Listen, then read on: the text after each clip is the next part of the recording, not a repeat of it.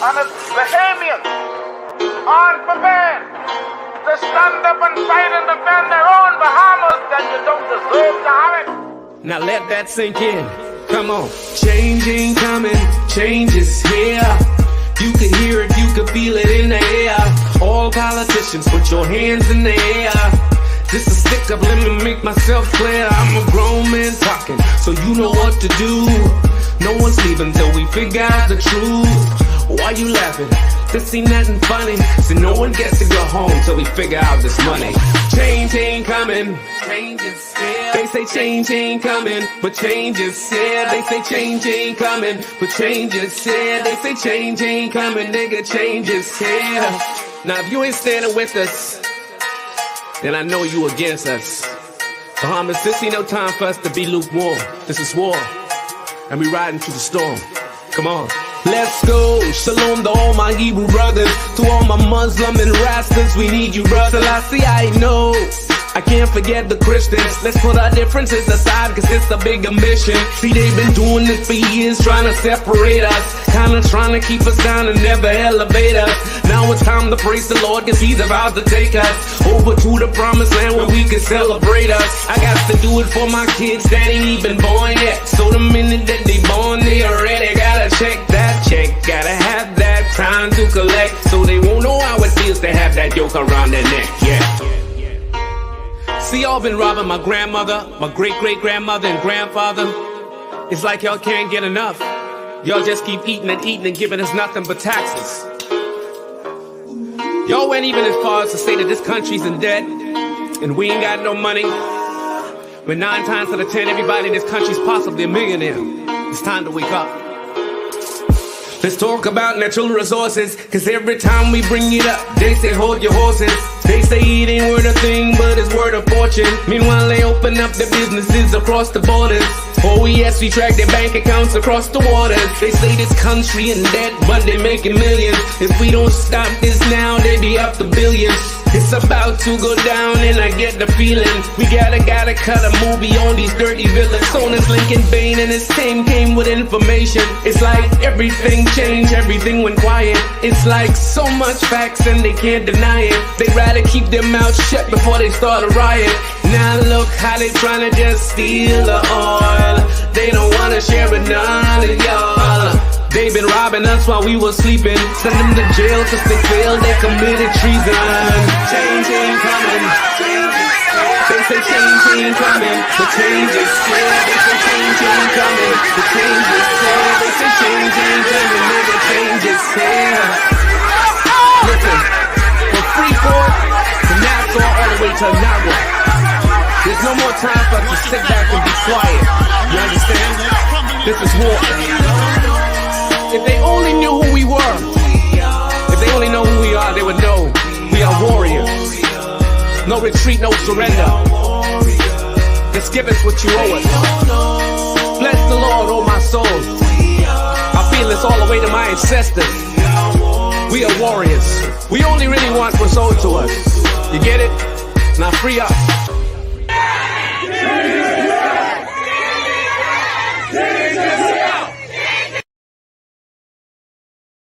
But listen, these people say, give us our 1 acre. You know, I think all of us as Bahamians are sick and tired. Like over the last 100 years, foreigners coming here, and they can build anywhere. And of course, don't forget all the land that we give the great white foreigners when they come here to put up a hotel. Mm-hmm. And then it turns into be a housing community. It may be 50 rooms, and you give them the land for $10,000 an acre on the waterfront, in the Family Islands at Meguana. It's far. We seem to be far away, but some of the best beaches in this country, they got for nothing. Yep. I think Bahamians are at the point now where they're just going to force themselves and say, listen, if our Haitian brothers and sisters come over here with nothing and build a house on our property, what the hell stopped me from doing the same thing? So what? A few were arrested reportedly last week. Do you think that's fair? I don't think it's fair because I don't see them arresting any of the Haitians that does it, or the Jamaicans or anybody else. But you know, our country is like a runaway train right now. I was in a race.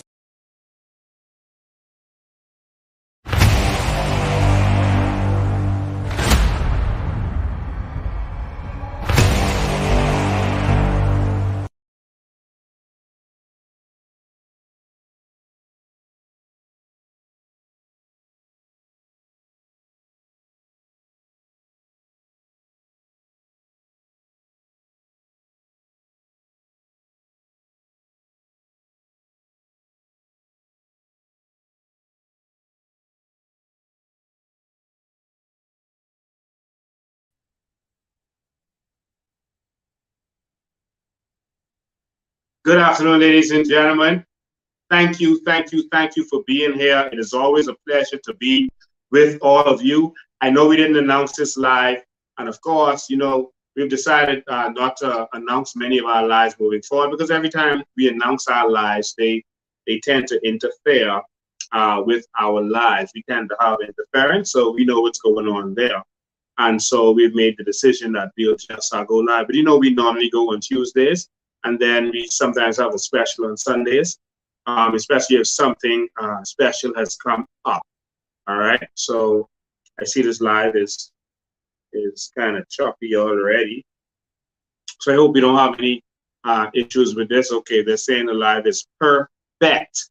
All right. But thank you all for joining us. We got some stuff to talk about today. We just wanted to bring you up to date on this stuff. We were shocked again by the actions of the government today. Please share. Please take some time out to share this while we're doing this. Like I said, we were absolutely flabbergasted by the Department of Forestry today, that comes under the Ministry of Environment. We were shocked that they actually made an announcement earlier today admitting that there was destruction of trees for the purpose of forestry. They actually came out and admitted that. And I think what happened is what they said, before. They got a call. And they got a call to change the narrative. That's my opinion on what happened. They got a call to change the narrative. And that call told them to say something different. I'm going to play the news article where the director was speaking, and then I'm going to show you how she came back and tried to change her story. This shows you how the government is actually interfering in everything that's going on with this. The government is trying to paint a narrative against Bahamians. No matter how much information you bring forward to the Bahamian people, no matter how much proof you have of what's really going on, they are trying to change the narrative. Before we get to that, I just want to say good night to everyone who's watching this. I see Kelly Gibson, you are here. Thank you so much. I see Tamala, you are there. Tamala got 4 names. Tamala Nicole Wallace Forbes. She got all her government names there. Good night, Tamala. Patricia Butler is there. Thank you for tuning in and welcome to the Evolution. Fiola Edgecombe is there. Thank you for tuning in, Fiola. Sean Taker. What does he say? That's because you show the maps working and cutting down. Yep, of course, we'll get to that in a second. Thank you. Thank you all for tuning in. Cindy L. Gadet, you are tuned in. Always welcome. Cindy, stay strong. They saw some people going after you, but stay strong. You are doing an amazing thing in this country. To Nell Taylor, good night. Dillis Green, special good evening to you. Brenda Ferguson, a special good evening to you, Brenda. Thank you for tuning in. Deborah Raming, you are here. Good evening, soldier, with all that Arabic writing. I don't know what your name actually is, but good evening to you. Welcome to the war. Kingdom Trends is here. Good night. Thank you for being here. Dwayne Smith is here. Thank you, Dwayne, for tuning in. Brenda Mitchell, good night to you. Anastasia Brooks, welcome, Anastasia Brooks. Welcome to the Evolution. Timothy Doughton Knowles, you are here. Timothy Doughton Knowles. Michael Henry, what's going on, my brother? How you doing? Michael Henry is always there holding the fort, always there helping out where we can. Thank you so much for everything you do. Craig Pinder, thank you for tuning in. Tiffany McGregor, welcome, welcome. Tamala Nicole Wallace Forbes. Okay, we already called all your name. Ralph Stewart, thank you for being here. Tyrone Davis, welcome to the Evolution, Tyrone. Rudy Bethel, thank you for joining us. Darren Flowers, welcome. Darren is always in the house. I hope I pronounced that right. Deron, might be Deron. Travis Bodie, good night, Travis Bodie. Yvette Francis, good evening to you also. Androsian Sugar. Androsian Sugar. Thank you for tuning in, Androsian Sugar. Thank you for tuning in. Brenda Ferguson, Tyrone C. Knowles, JP, good evening to you and welcome. Starboy Roll is also here.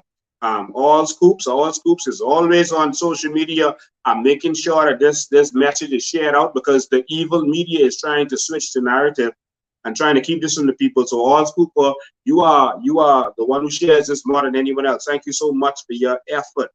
Carmen Raming, good evening and thank you for being here. Leonardo Cartwright says, keep up the fight. Thank you, Leonardo Cartwright. We are not going anywhere. We're going to keep up the fight.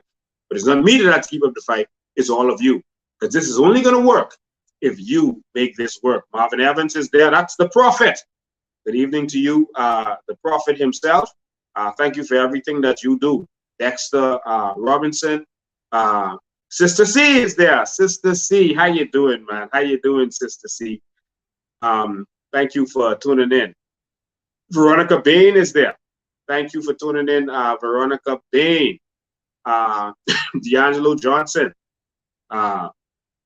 Calais Nicole Swain, good evening to you. And so Cameo Taylor is also there. And so thank all of you for tuning in. Thank all of you for tuning in. And I want to say a special good evening to someone I miss so dearly. I haven't heard from them in a couple of weeks. Mario Sanz, what's going on with you, man? Mario Sanz, the Bahamas needs to hear from you. Thank you so much for everything you do, for putting out information and truth out there, and teaching the Bahian people some extra French words while you're at it. But thank you. Seems like you got blocked. Everyone is getting blocked. Everyone.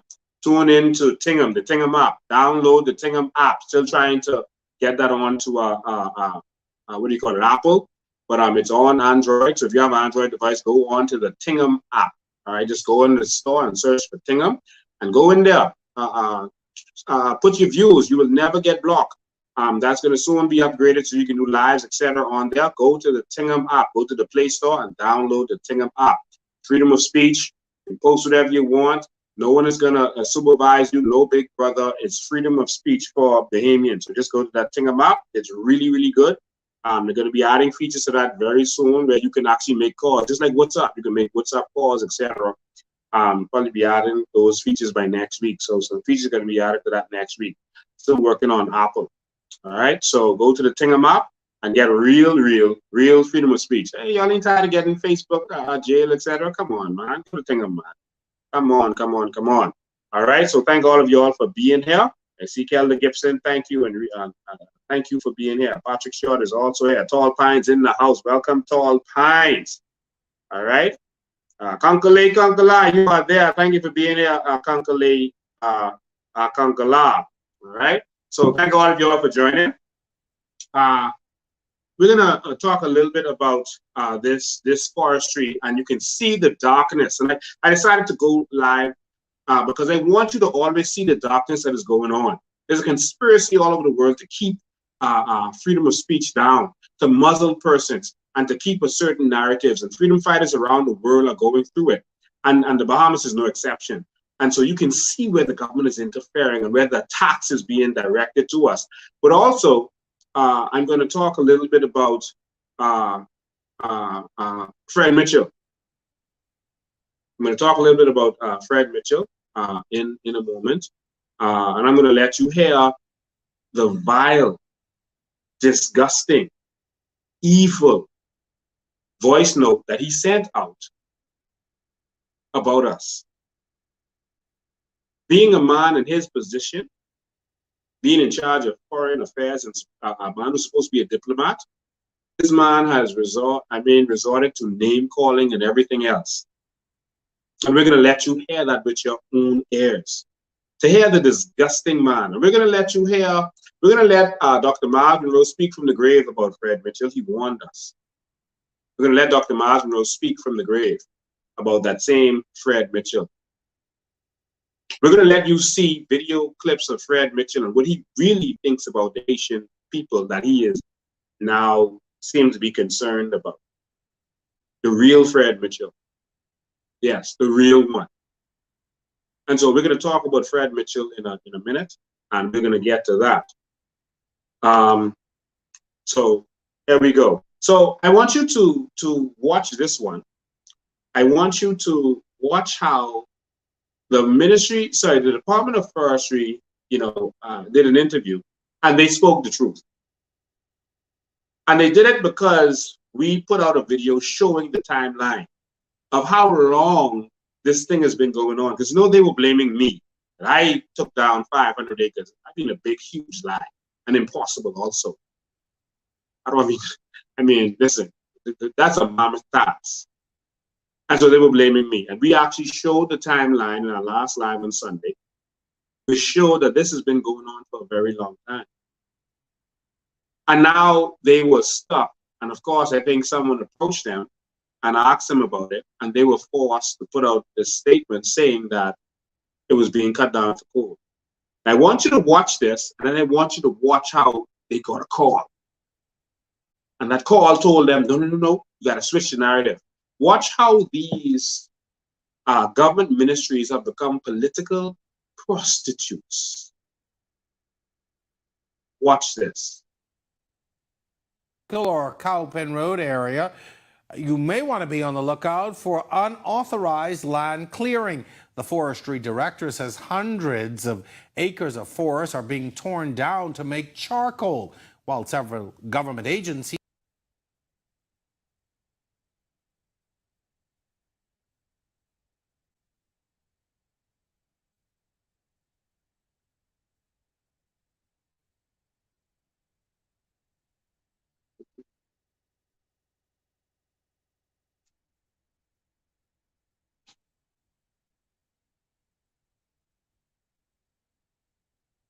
Did that video just freeze? Listen, man, these people will do anything to keep the truth. Let's see if we get it. In the Carmichael or Cowpen Road area, you may want to be on the lookout for unauthorized land clearing. The Forestry Director says hundreds of acres of forest are being torn down to make charcoal, while several government agencies. Oh, wow, the video stopped again. The video stopped again. Listen, I don't know how this is happening, but this video is being interfered with. I guess they don't want you to see this. I'm going to push it out again. In the Carmichael or Cowpen Road area, you may want to be on the lookout for unauthorized land clearing. The Forestry Director says hundreds of acres of forest are being torn down to make charcoal, while several government agencies. Wow. That video is being stopped. Listen, like this is literally happening right now in front of you live. Let me try that one more time, and then we'll just have to play it from another device or something. In the Carmichael or Cowpen Road area, you may want to be on the lookout for unauthorized land clearing. The Forestry Director says hundreds of acres of forest are being torn down to make charcoal, while several government agencies. Somehow, I don't know how it is happening, and I'm a computer science. That video is being stopped. But what I'm going to do is I'm going to just play the audio from it, and I'm going to play it. No, let me play it directly from the Facebook article. Oh no, I have to play it from here.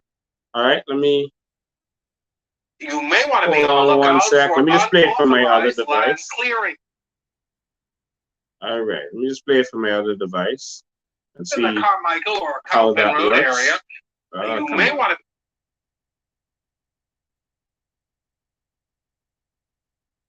to. Okay, I'll just play it from my other device. This is shocking. Someone doesn't want y'all to hear this, and something is going on. Hold on, let's go.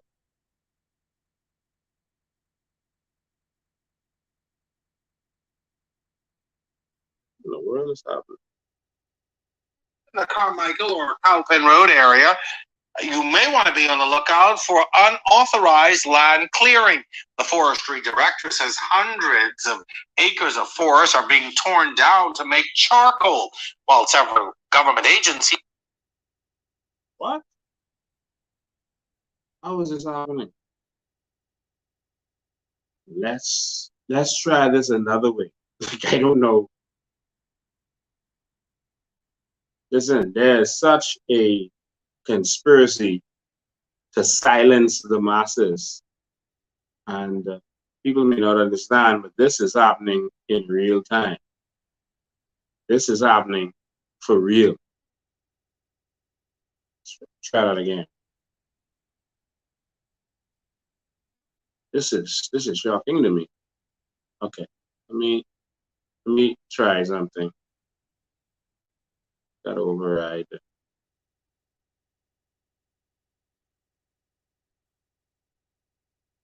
This is shocking to me.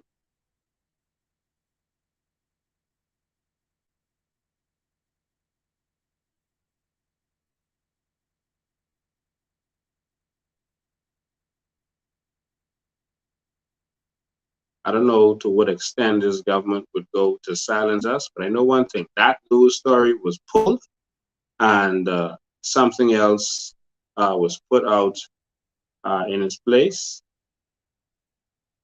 We see what we got it. Road area. They want to be on the lookout for unauthorized land clearing. The forestry director says hundreds of acres of forest are being torn down to make charcoal, while several government agencies are trying to catch and stop the culprits. There's an appeal to the public for help. I'd recommend that they contact the police, but specifically the location at JFK, Western Police Station. That station has been active because that's the jurisdiction for that station. I'd recommend they contact there and make a report, not just at the station itself, but also 919, so it's monitored. And so these calls are being monitored, and usually they would either call myself or they call my colleague at DEPP to notice that, hey, these actions are happening.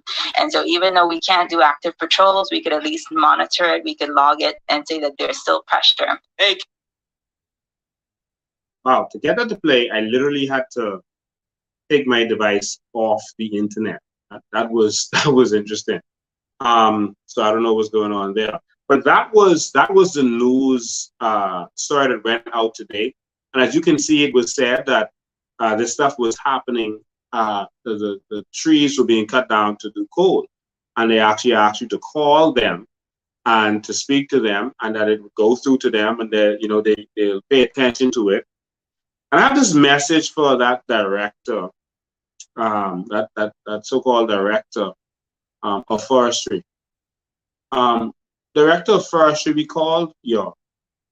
We called all of y'all, including the police, including 911. None of you showed up. Now you are appealing to the public to call you? Why? Y'all ain't gone and cover up that coal mining operation in the back there. Now you are calling on the Bahamian public to call you? The entire Bahamas saw us call you, and none of you showed up. To this day, not one of you have showed up to the scene of the crime. Not one of you showed up to the scene of the crime because you didn't get permission to, for political reasons. You are all corrupt. You have admitted that you are corrupt. Why? Because you have said on the radio that you would go to try to deal with these Haitians doing what they're doing, and then you would get a call telling you to leave it alone. That's corruption. If you're the director of forestry, who can call you and tell you to leave that alone? No one can call you and tell you to leave that alone. You're the director of forestry. So it means that you are corrupt, and you should be investigated after making that statement. Because how could someone call you, you're the boss, and tell you to leave it alone when our country is under attack? So all of you are corrupt and selling out while our country burns. You are sitting down and doing nothing. Madam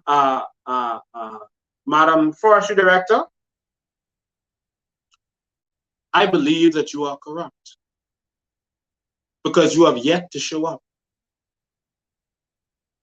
And after making the statement you made just now, After making that statement, this is what you sent out afterwards because you wanted to correct it.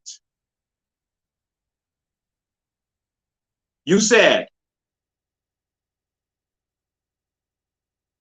Daniel Hanek, you said, in regards to the statement given by our News Bahamas, grateful if it can be retracted / corrected to reflect as follows. Residents surrounding the forest areas are encouraged to call the Western Police Station to report any unauthorized land clearing activities. According to our records, there are no issued permits within these areas to harvest protected trees. To date, there have been illegal land clearing activities within the Carmichael and Coral Harbor area forests, meaning that potentially thousands of protected trees have been harvested illegally. Because of this increase in felled trees, there have been an increase in the production of charcoal, which is an illegal activity in the Bahamas. The Forestry Unit, along with other government departments, are working along with the Attorney General's office and the Royal Bahamas Police Force to stop the activities. Now, here is what she said. There are no permit to harvest protected trees. Now, before, remember, they were saying to you that the whole area was a forest. It was a protected forest. Remember that? And all of a sudden, that changed because that was a lie. And they had to change that lie. It's not government ministries lying to the Bahamian public and come and admit that it was not a protected forest, that it was just crown land, just like Lincoln was saying from the beginning. And now they're focusing on the protected trees part of it, because it is not illegal to cut down trees. It is illegal to cut down protected trees or trees over a certain diameter, which we've been saying from the beginning. And so these lying ministries are a disgrace. And they're doing this as a political ploy just to attack us. You can see my broadcast is a little fuzzy, so that's when you know the broadcast is being attacked. You can see it isn't very clear. All right, that means that the broadcast is being attacked. All right, they're trying to manipulate it. So stay focused on this. And they go on, they go on to say that coal mining is an illegal activity. But before they say that, it says because of this increase in felled trees, this is the narrative that the PLP is trying to sell, that because of the increase in felled trees or trees being cut down, there has been an increase in the production of coal. So in other words, there's only been an increase in the production of coal because of the felled trees. These people are demonic. These people are evil. These illegal immigrants have been cutting down trees for decades. For decades. Now, she got another one of those calls telling her to say that because that's the PLP narrative. That they are making coal because we cut down the trees. The truth of the matter is, as we said, where recent Bahamians have occupied, the tree is still there. We showed you that yesterday. Should we show you again? Yes, let's show you again, Miss Forestry. Yeah, that they say that the Bahamians cleared down. This is the area they refer to. I think this is what the government was referring to as the Lincoln Bain area. I don't know why they refer to it as that. I don't have any interest in this area at all. But they said that This is the area that Bahamians had cleared down. You can see this is what they're blaming Bahamians of. And one thing you can see is that all of the wood in this area, I'm not going to say who cleared down or didn't clear down, but all of the wood is still in this area. All of the wood is still in this area. And that is because those illegal immigrants were stopped from coming in this area.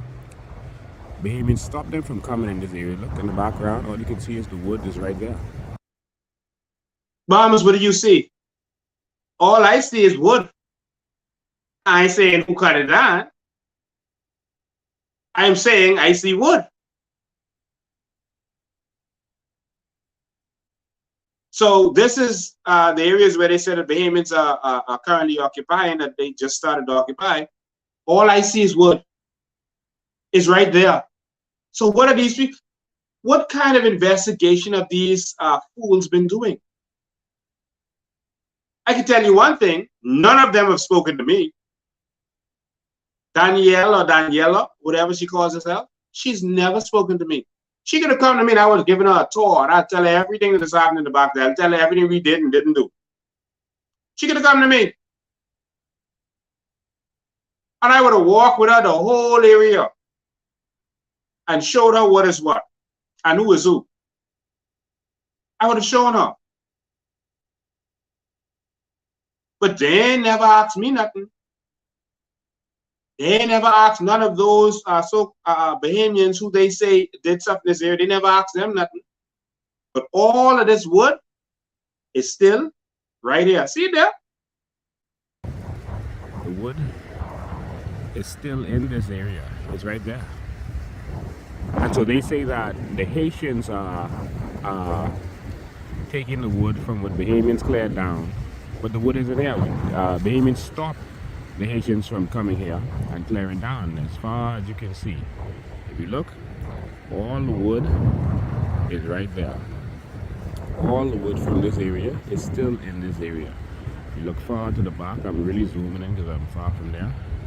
All the wood is still right there. And all of the areas where they are alleging that Bahamians have taken over, the wood is not moved. So how is it that they're now accusing Bahamians of clearing down and saying that the Haitians are making coal with the wood that the Bahamians cleared down? No, the wood is still right there.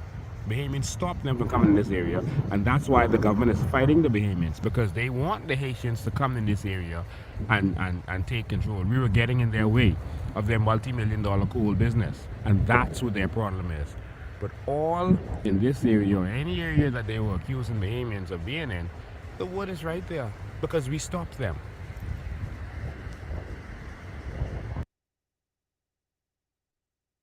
So those evil, demonic liars, those political prostitutes are spreading this false narrative, this fake narrative, trying to blame us for clearing down all this land. We showed in our last live the truth.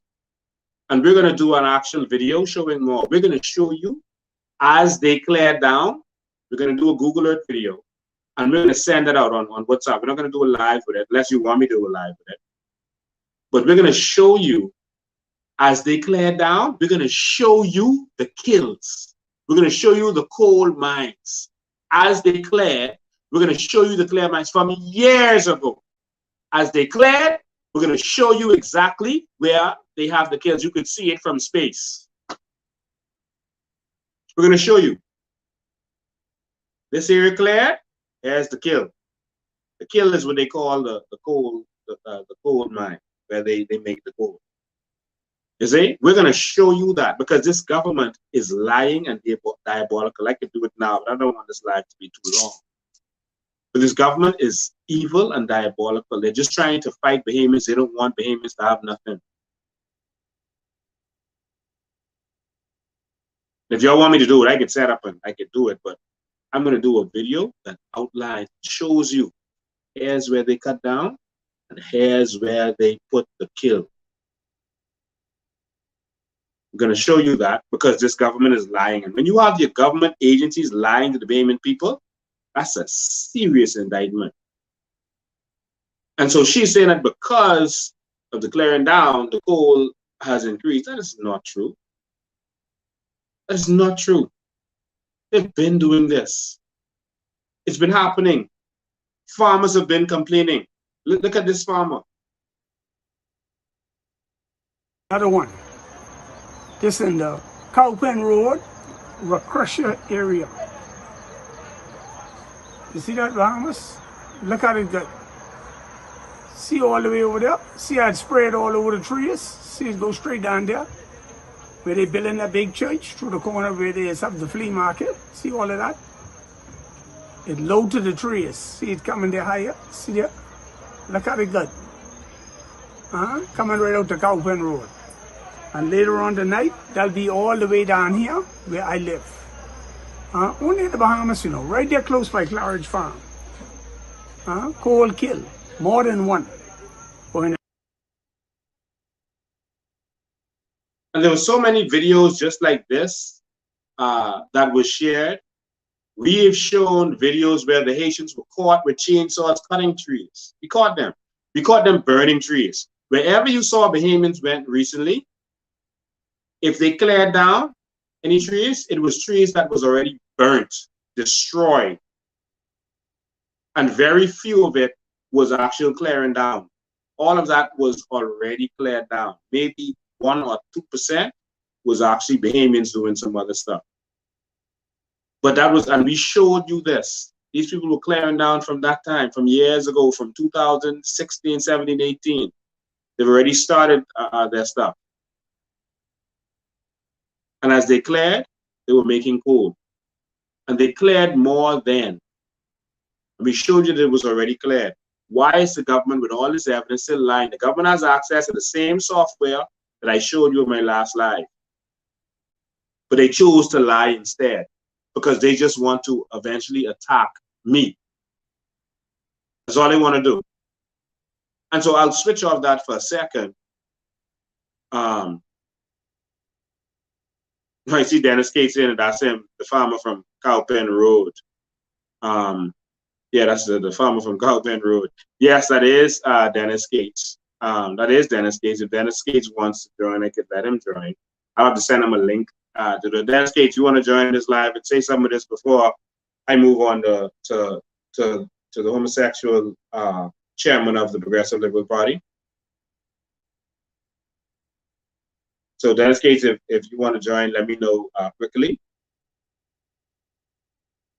Let me know. Just waiting, because I know there's a little delay. Dennis Cates, you want to join in on this live? I think what I'll have to do is call you on the other device. That'll be the quickest way instead of trying to get you set up. You don't have to do video. We can just call you in if you want. So let me know. Just send a text and let me know if you want to do that. All right. Okay, so I tried to get Alfred Gray, Renard Wells, and Mitchel and Pinta. Dennis Cates, I'm going to just call you and let you have your say. I have no problem with doing that. Okay, he says he wants to come in. I'm going to call you via WhatsApp call. It'll just be a voice. I could bring you on the video, but I think I'll have to send you a link and do all that stuff, so I don't want to go through all that. Let's go. Search for you. I want you to hear from this farmer who's been in the back there for a long time. I'm going to call wrong one. Calling the wrong case. Okay. There you go. Let's get Dennis Cates on the line.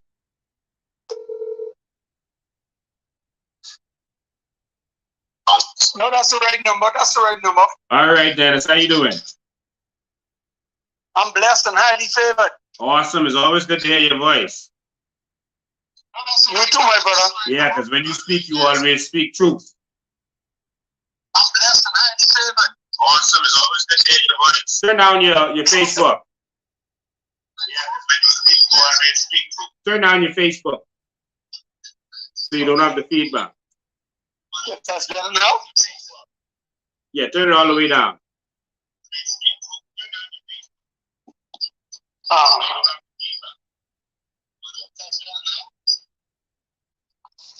Okay, how's that? All right, perfect. So Dennis, you heard what these forestry people have said recently about about the cutting down just starting to happen because people were clearing recently. I mean, how do you feel about that based on your experience over the last several years?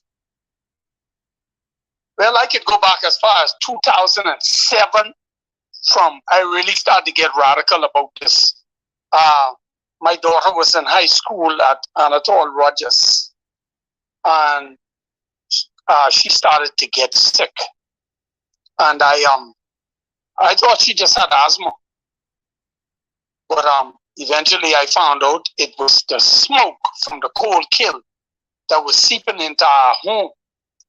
Wow. So I approached these people. Now, I've always spoken about it because my father used to speak about it, but it got drastic. After 2010, it started to get worse. My daughter started to get sicker. In 2013, I raised the roof because I went to Alfred Gray, who was Minister of Agriculture at the time, and I said, listen, the Ministry of Health seems to be on mute. All right. I talked to Eric Carey from the Bahamas National Trust. He told me that's not his jurisdiction. What? You understand me? And everything fell on deaf ears. So when Renwood Wells came in, I said, yeah, this could be the straw that break the camel back. But guess what? I was in for a surprise. You understand me? He told me, yeah. But this yeah meant no. And then when Michael Pintard, my best friend, became the Minister of Agriculture, I said, I got it. We can stop this. It's a police officer that lived on Golden Arch Road. Man, he was terrified by this. He was terrified by this. And I can be honest with you. It got to the point where I couldn't take it no more. So I started tearing these coal kilns apart. And then the police tell me I have to stop. What? When the fire department would come, because I would call the police and the fire department, when they would come, they tell me, listen, you can get hurt, these people will kill you. I said, well, either they kill me or I kill them. But this is killing my daughter. It was so serious in the village, right in the back of me. A Haitian take a cutlass to chop me up. And I had a pickaxe. I said, buddy, either you kill me or I kill you. And then the police came and he ran. And the police tell me, oh, you can't do this no more. I said, well, nobody can stop me from doing this. You all are not doing your job. They said, this ain't our job. I said, wait, listen here. You all say conflict resolution. I said, I'm a Bahamian citizen. Anywhere in the world you could tell me an illegal alien could come into my country and destroy my country and my life and my daughter's life. Wow. So the first time I'm hearing about the forestry was from a friend of mine named Kirk Wilson, who lost his life. He was the first one that brought it to my attention because I'm the president of the Farmers Association. And he brought it to my attention that, hey, he had to go and pay $25 for tree. And when he got there, the Haitians were cutting the trees down with chainsaw. And I went in the back there and I tried to carry Michael Pintard in the back there with Ron Millers, because they had about 20-something coal kilns in the back there. What? And I was upset. And Michael never came. He made me wait and never came. He told me he had an emergency, couldn't come. But he never came. And I can tell you the honest goodness truth. I was horrified to know that Bahamians have to go through this. People were saying, oh, this fog is no, it's not. No. It is the draft to mix with the soot from the coal kiln that is destroying the Bahamian people health You understand me? And our forestry. Wow. And yeah, I got an emergency right now. Someone's knocking at the door. Okay. Thank you for your input, man. Thank you too. All right, see you later. We're gonna win this fight. Yes, we're going to win this. We can stand strong. Enough is enough. Yes. All right, see you later. Would love to have some more from Dennis Gates. He said he had an emergency. Someone's knocking at his door. But you know, farmers and people in this whole area has been going through this for so long, and they're trying to make it seem like this is some new phenomenon. Like this is just happening now all of a sudden. That is a lie from the pits of hell. I remember going to drop someone to the airport one morning and driving back that back way and could not see for the pollution. Could not see in front of right in front of the car. I remember that. And smelling it, because it's like, this isn't fog, because you could smell it. People in that community has been complaining for years and years and years, and because the government wants to attack the Bahamians who are just going to farm and crown land, they're saying anything. They're now blaming the coal mining on us. Instead of dealing with the situation, they're blaming the coal mining on us. Because it ain't the illegal immigrants or legal immigrants, it's us. We are the ones who stopped them. And all of you saw this on video.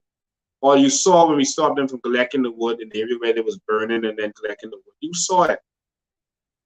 You saw when they tried to put a gate to block us out. You saw it. The government saw it too. But instead, they're trying to blame us.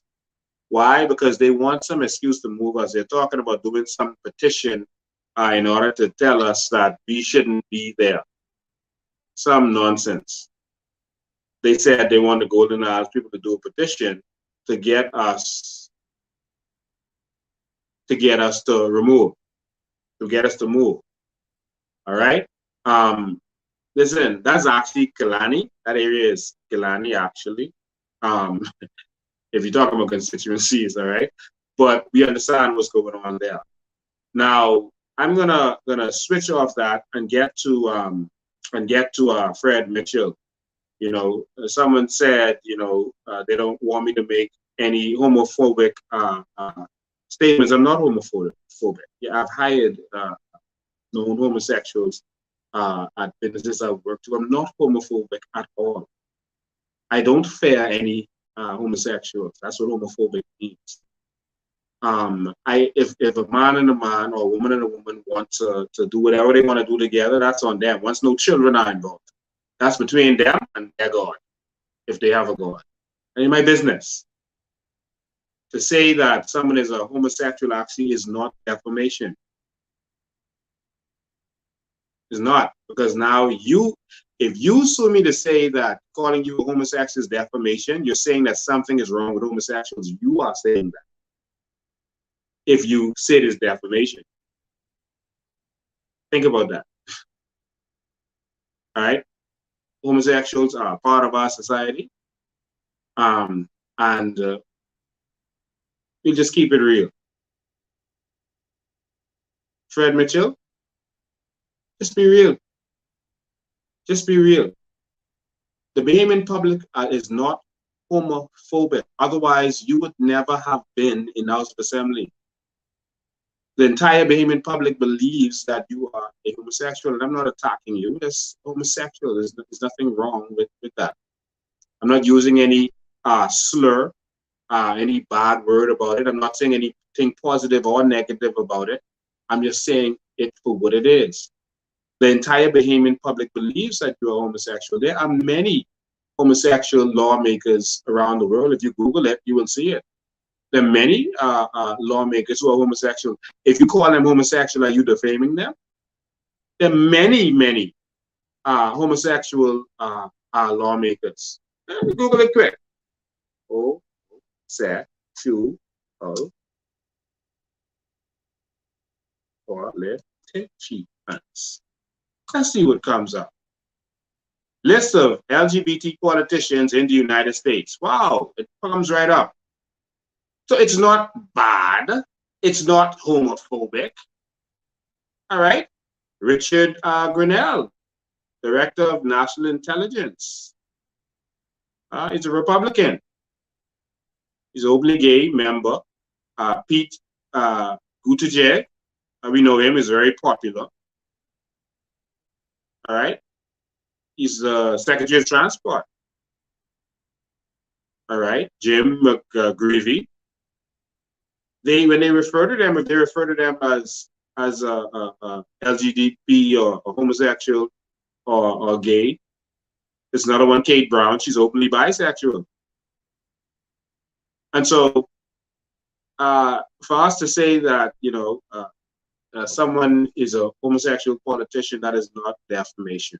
Because we're not saying anything wrong. We're not attacking homosexuals by saying that. We're just saying what we believe he is, based on our opinion of him, based on his actions of always defending the LGBT mindset, based on our opinion of him trying to put that number 4 bill in there to push in gay marriage. That's our opinion of him. All right, and many people have that opinion of him. Based on his behavior, he acts in a very ladylike way. Very vindictive, very vicious. I'm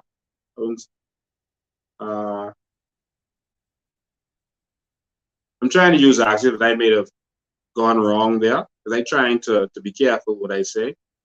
But Fred Mitchell, in my opinion, you are as homosexual as they come.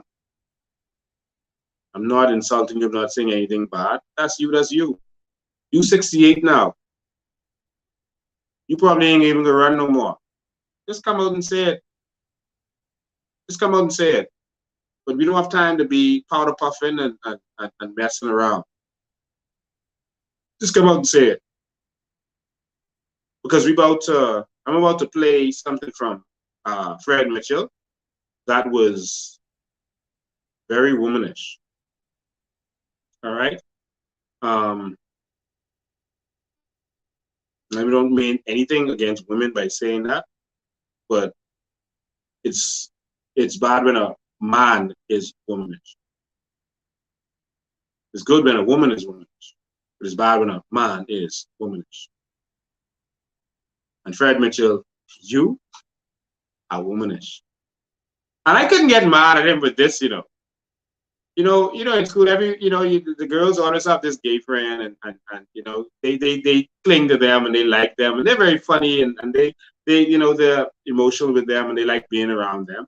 And so that's Fred Mitchell. He is very good at what he does in Fox Hill. Everyone likes being around him. He's a politician, and he's like that gay friend who hangs with the girls in high school.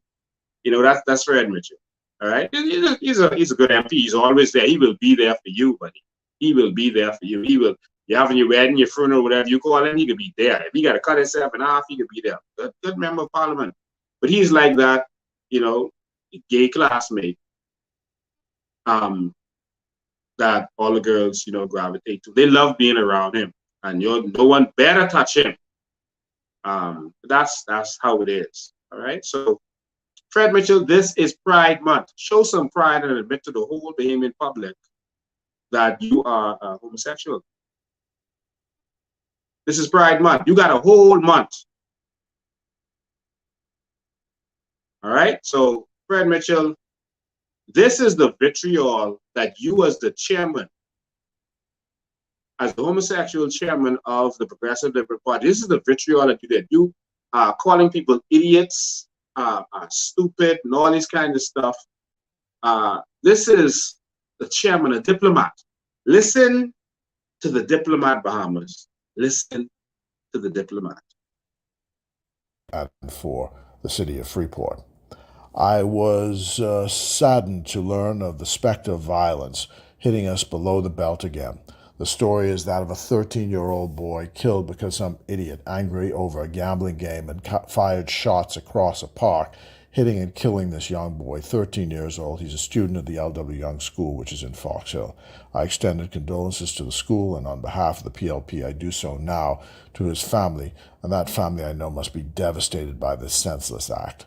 We must do all we can to get the guns off the street, which is why I am reminded of that stupid act by one of those activists who claims he's wants to lead our country, and who did this stupid publicity shot with a video in which he identified himself as shooting a gun off, an assault weapon. Of course, he comes now with another video saying that he's Satan or one of his agents. You know, the PLP condemned this previous stupid and irresponsible act of firing a weapon into the air, and now we see with the death of this young man how this simple example of stupidity, firing a gun into air, threatening to kill Haitians, stealing government land and claiming it is an act of patriotism when it is an act of self-aggrandizement, can lead to the death of an innocent 13-year-old boy. He is in fact as guilty as the murderer himself. There is no other word for his actions but stupid, stupid, stupid. Till next time, God bless you. God bless the Commonwealth of the Bahamas. And as we say, how stupid it is to have fired that gun in the air and be stealing government land. It's still on this day. PLP, all the way.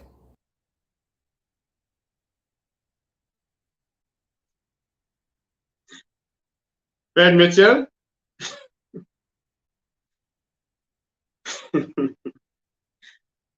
You like that one gay uncle in the family. Love you, bro. Fred Mitchell went totally kindergarten. Stupid, stupid, stupid. Stupid, stupid, stupid. You hear how he went? Fred Mitchell, I mean, he couldn't even stop. Even when he normally says, and as the saying goes, or whatever, how he normally ends, he went back into it. He couldn't go straight into PLP all the way. He had to go back into it. You're gonna listen to this again, man. Listen, Fred, I can't be mad with you. I mean, this is cute. This is cute. You know, this is cute. You're listening to Fred again, man, because Fred wanted you all to hear this. Fred wanted you all to hear this. I was saddened to learn. Let me fast forward a little bit. Let me fast forward. After the PLP, I do so now to his family, and that stupid act by one of those activists who claims he's wants to lead our country, and who did this stupid publicity shot with a video in which he identified himself as shooting a gun off, an assault weapon. Of course, he comes now with another video saying that he's Satan or one of his agents. You know, the PLP condemned this previous stupid and irresponsible act of firing a weapon into the air, and now we see with the death of this young man how this simple example of stupidity, firing a gun into air, threatening to kill Haitians, stealing government land and claiming it is an act of patriotism when it is an act of self-aggrandizement, can lead to the death of an innocent 13-year-old boy. He is in fact as guilty as the murderer himself. There is no other word for his actions but stupid, stupid, stupid. Till next time, God bless you. God bless the Commonwealth of the Bahamas. And as we say, how stupid it is to have fired that gun in the air and be stealing government land. It's still on this day. PLP, all the way.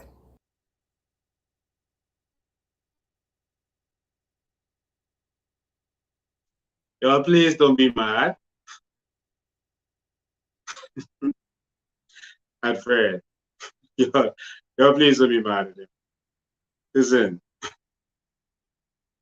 Oh, Lord. It reminds me of my favorite cereal one time ago, Fruity Pebbles. Oh, my God. Fruity. Now, the disgusting part about what our Uncle Fred did was he used the occasion of that young man's death and made it political and made an evil attack while talking about his death. And not only did he do that, he actually blamed me for that young man's death. Did you all hear that? This national diplomat actually used me, blame me, for the young man's death.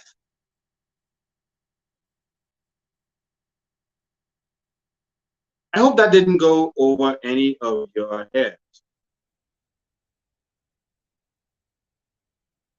He said that and he even went on to say that I am as guilty as the gunman.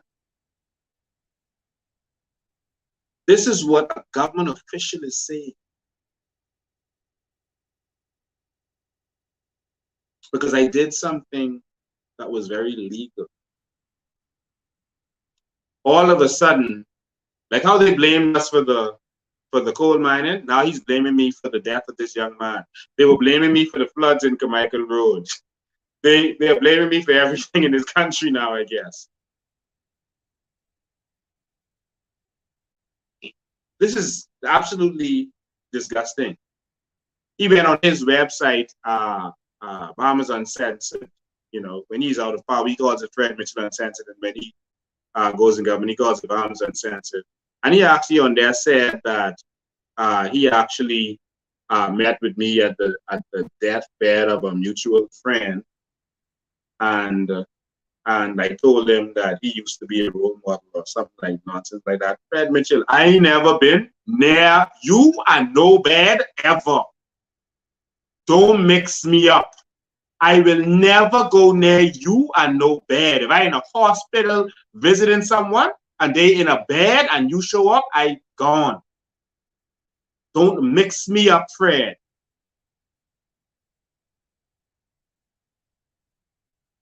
In that voice note, he said that I said that I was Satan and the, what do you call it, the worker of Satan or something like that. I mean, lies. These people have lost their minds. I mean, you can put on Bahamas Uncensored, me and him been by someone that bad. Are you crazy?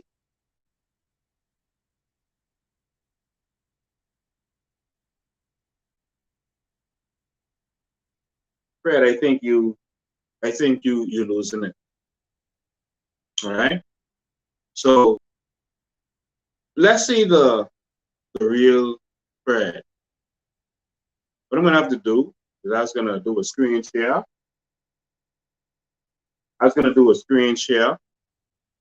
To show this, but it's gonna be difficult in a bunch of what you call it.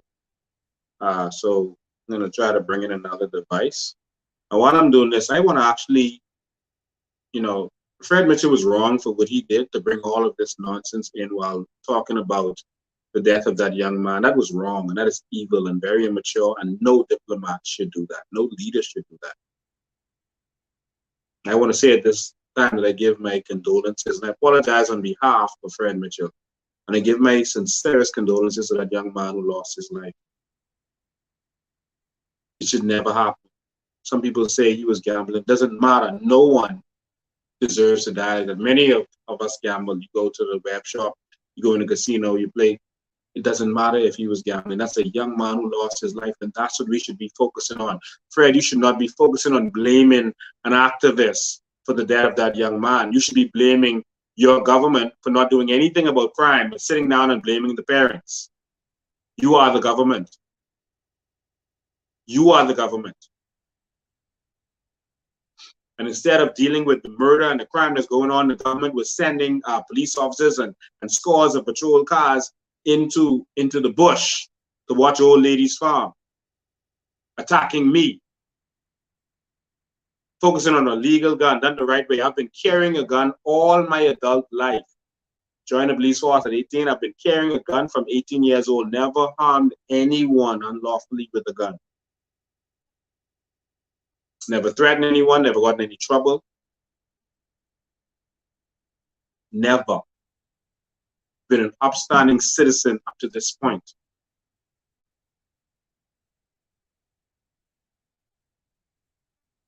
So Fred Mitchell, I'll advise you to stop while you're here. I'm about to play something, Fred. I'm about to play something. I want you to understand, Fred, stop. And I know you don't normally stop, because I remember the fight between you and Dr. Miles Monroe, where you started attacking him because he was speaking his truth. Fred, I was a police. Police know stuff. Police go to people's condos or apartment or whatever you call it. and they see these, they see stuff. And while you might not remember a police officer's face that comes to your house to deal with a bad breakup, the police officer may remember the person's face. I can leave that right there until you respond again. Because I know politicians who have some bad breakups. But I can leave that right there. And so I want to bring this in because all of a sudden people seem to be worried about the Haitians, but they don't seem to remember what's really going on. These people seem to have an agenda, and I want you to see what's really going on. Fred, you too old for this. We ain't complaining about you making all these trips and stuff, Go make your trips, go fly away, go do what you're doing. You're 68. I'm not interested in all this back and forth and this nonsense.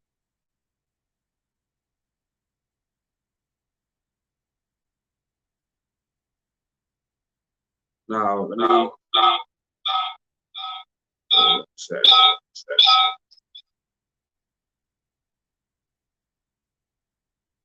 All right, let me remove this, and then I'll lock you up. Camera. Switch camera.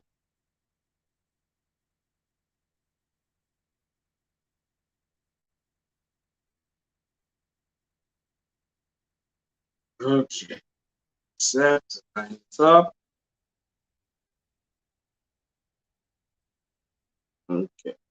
I'm going to go live on that camera. I want you all to see this. I got to do it this way because I couldn't line up the screen share. I'm sorry, but I want you all to see this stuff. And that. All right. So yeah, oops. That's something that's still on.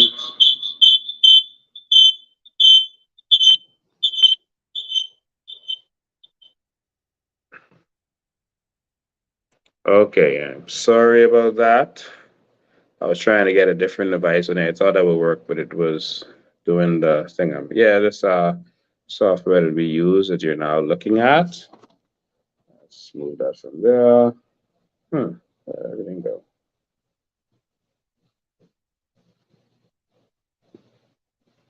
Uh-oh. What is that?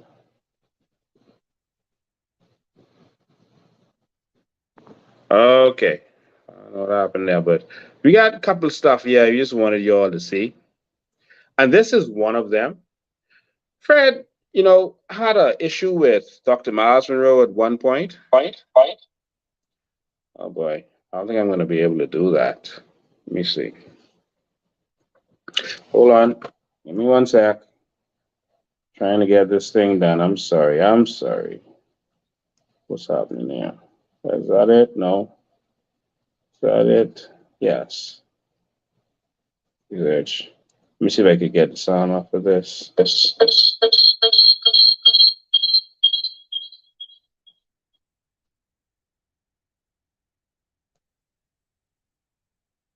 Nah, not gonna.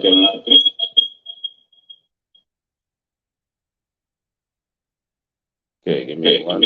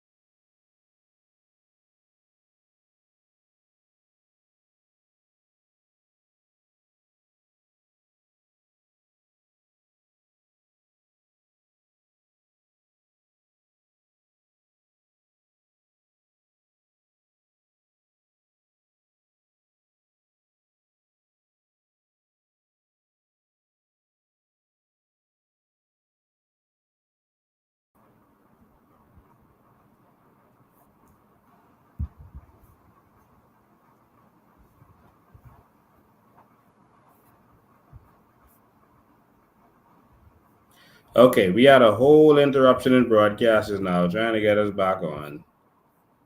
Yeah.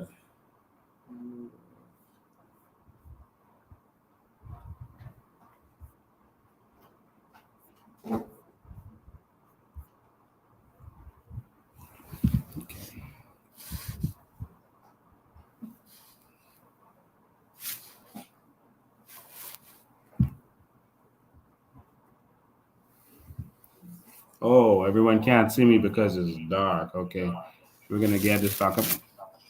We're gonna get this back up here right now. We are so sorry about all of that, man. Listen.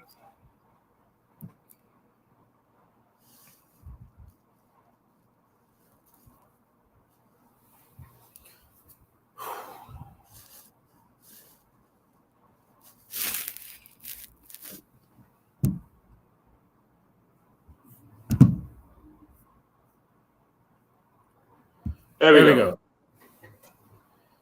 So we are so sorry for that interruption in broadcast. Humbly apologize for that. But we were trying to pull up some videos for you all, some old school videos, and these are videos that actually show the truth about Fred Mitchell. We'll do that another time. I guess you're supposed to see that tonight. But these were very interesting videos that would have reminded you about a lot that has gone on over the past years. I know one of these videos was with Fred Mitchell and Dr. Miles Monroe. Fred Mitchell and Dr. Miles Monroe, and Dr. Miles Monroe reminded him that he shouldn't be talking about his agenda. Oh wow! It looks like I can show it now. I don't know what happened. Let's see if you can hear this. I'm so sorry about this. Let's see something. I want y'all to. No, it's not. Okay, that's not gonna work.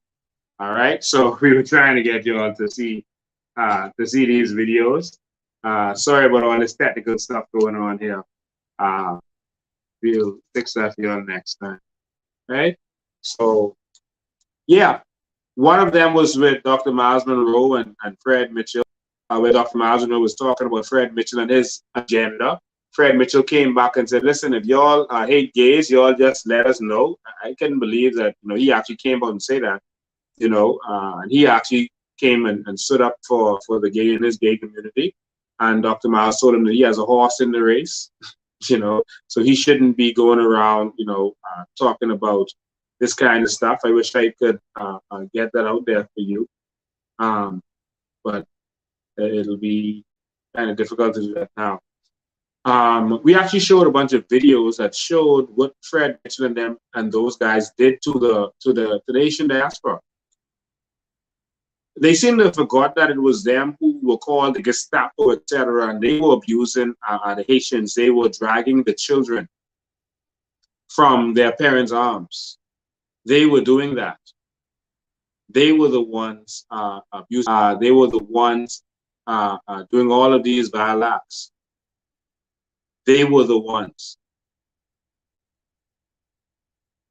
Them.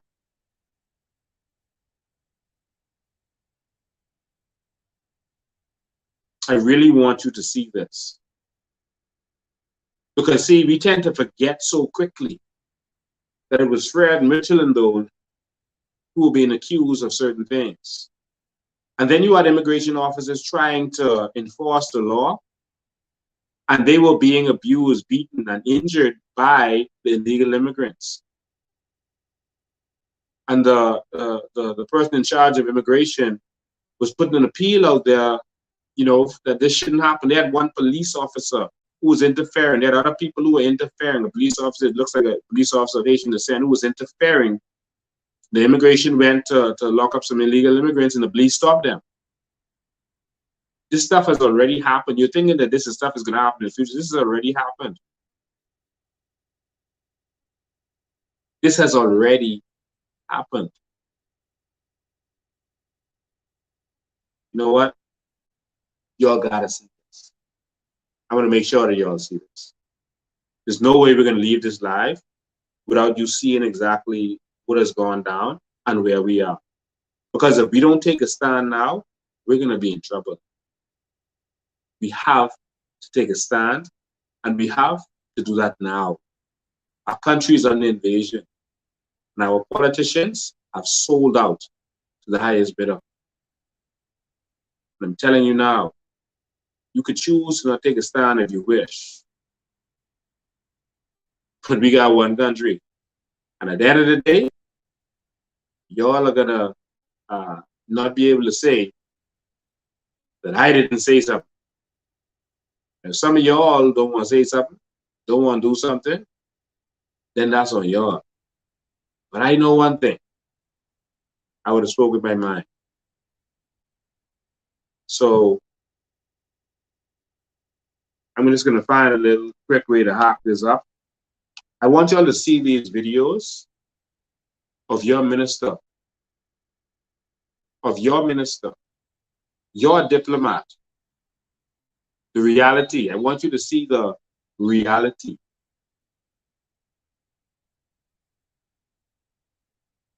Just give me a second. I'm going to pull these up.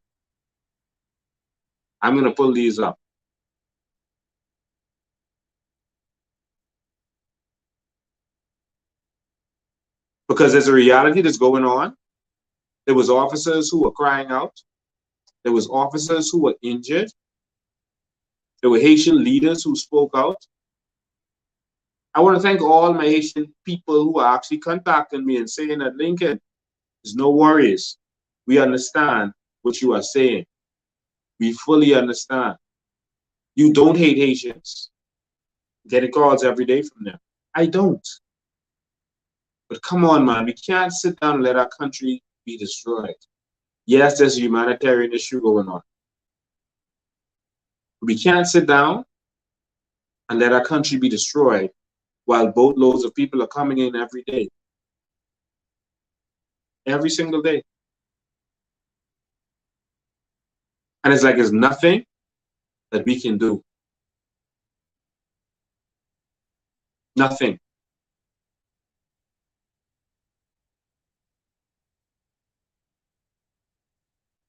I mean, Fred Mitchell was so vicious that even him and Brent Simonet went at it, because Fred Mitchell was saying that Brent Simonet wasn't doing enough to get rid of these Haitians. Now all of a sudden everyone has forgotten. The Haitians have forgotten what really went down. I'm just compiling. I got one more.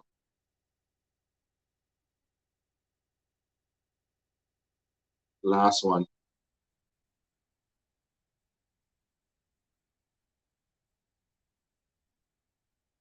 And so I've compiled them. I'm going to take it and I'm going to go from device to device. I was trying to do it from my laptop because I want you to see this. Because when I saw it, it really, really disturbed me. So I'll play it from this device. It should work properly. I'll just put it in front of the device. The first one that you're going to see is Miles Monroe when he addressed Fred Mitchell. I had everything lined up perfectly. Let me see if I could get this lined up for you perfectly. All right. I'm taking my time with this for a reason. I want you all to see what is really going on in this country. Listen, they're going to attack us anyway, so we might as well do what we have to do and say what we have to say. This is the reality. This was the response of Miles Monroe to Fred Mitchell at the time. Topping news tonight, recent comments by Foreign Affairs Minister Fred Mitchell on lesbian, gay, bisexual, and transgender matters have sparked a good deal of reaction since they were reported by the National Guardian 2 weeks ago. Now, a prominent religious leader says Mitchell should be removed from his position. Kendia Dame sat down with Dr. Miles Monroe at Bahamas Faith Ministries International today and has the details.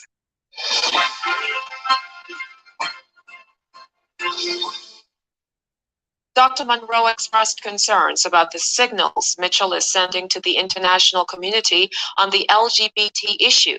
He said the foreign minister ought not confuse his personal beliefs with his national obligations. Speaking recently in Trinidad, Minister Mitchell said his political career suffers because of his position on lesbian, gay, bisexual, and transgender issues. He urged tolerance for people in this category and pushed for the protection of their rights.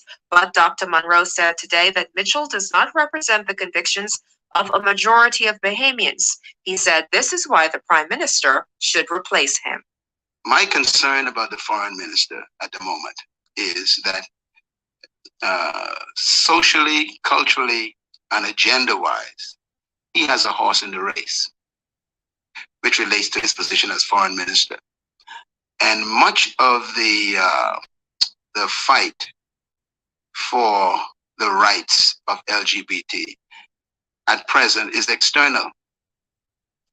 And he's the foreign minister, which means that he can go out and actually sell his private agenda, his personal agenda, to the global stage. And we not know he's doing it because he has a horse in that race. To me, that disqualifies him from being a foreign minister because I think he will lack objectivity. He will lack representation of the majority of the Bahamian people.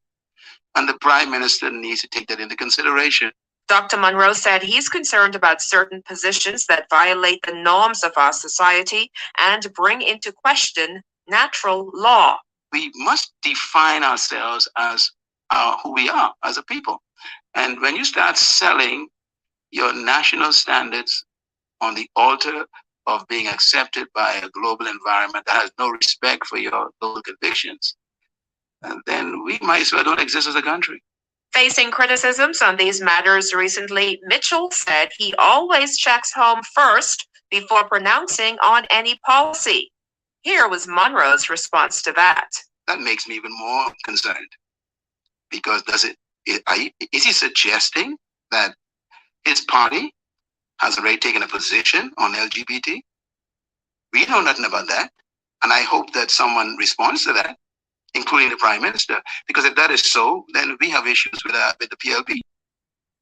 And we have issues, and those issues will have to be brought out because people in these constituencies have their positions on these things. And if those representatives in the House are silent and he's suggesting that they all agree with that position, then the people need to find out if that is true, because I know people who don't agree with that, including in my own constituency.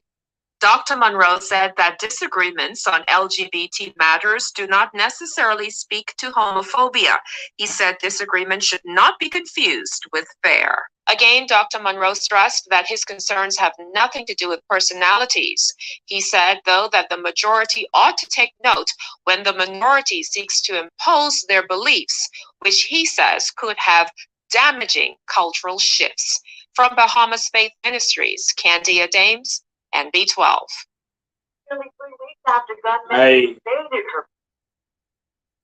I share the sentiments of Dr. Miles, and this has nothing to do with homophobia, nothing to do with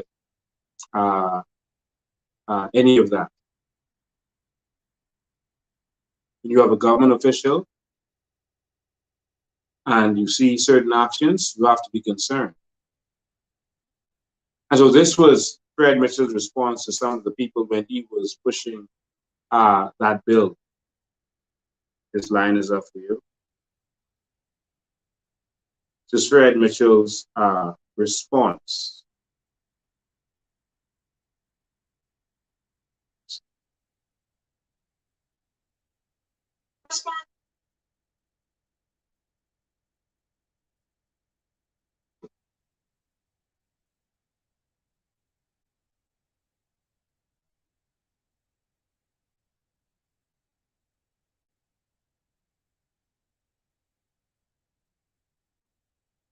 Oh, internet doesn't want to work well.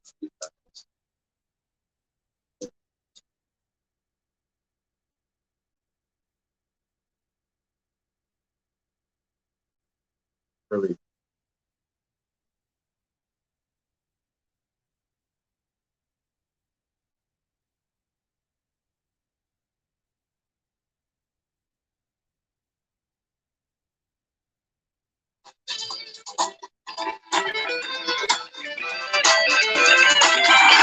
Top news tonight, Foreign Affairs and Immigration Minister Fred Mitchell has asserted that homophobic and misogynistic people are attempting to defeat the constitutional amendment bills because of their own agenda.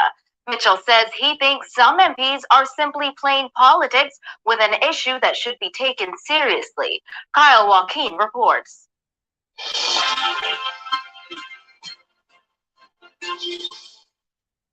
Vauxhall MP Fred Mitchell says debate on the constitutional amendment bills is being twisted by people who have political motives. He says if you have an issue with gay people or women getting equal rights in the country, then you should just say so. Mitchell says he doesn't think there is confusion but mischief-making in debate on the constitutional amendment bills. On Wednesday, FNM leader Dr. Hubert Minnis raised concerns about some of the bills. This after calling for unity on the issue of gender equality just weeks ago. Port Charlotte MP Dr. Andre Wallens, Marcos City MP Greg Moss, and Bamboo Town MP Renwood Wells also asked government to reconsider the fourth bill, which seeks to end discrimination based on sex. Moss said the use of the word sex could pave the way for gay marriage. Well, Mitchell says while these are all intelligent men, some of them are bringing their personal feelings towards homosexuals and women's rights into the conversation. If you hate gay people, why not just come out and say, I hate gay people. I don't want them to have any rights in the Bahamas, and I wish we'd do whatever with them. Just be frank, be truthful about it, then we know what we're facing. Yeah, so I don't even want to go into more of that. But this is his stance is always towards a certain direction, which seems to be his personal stance. If you are gay and you're a member of parliament, then so be it, do your job. We have no problem with that. But when your job seems to be pushing your agenda, then that's when we have another problem. All right, but Fred Mitchell has already, he's at the twilight of his career. He's had a stellar career. He's won, he's lost, he's done some things, some good things, some bad things. And so he's at the end of his career. So we don't want to go into that. But I want to show you some of these clips of even what immigration officers had to go through, because there's some concern, some serious concern as it relates to our immigration officers, what they were going through.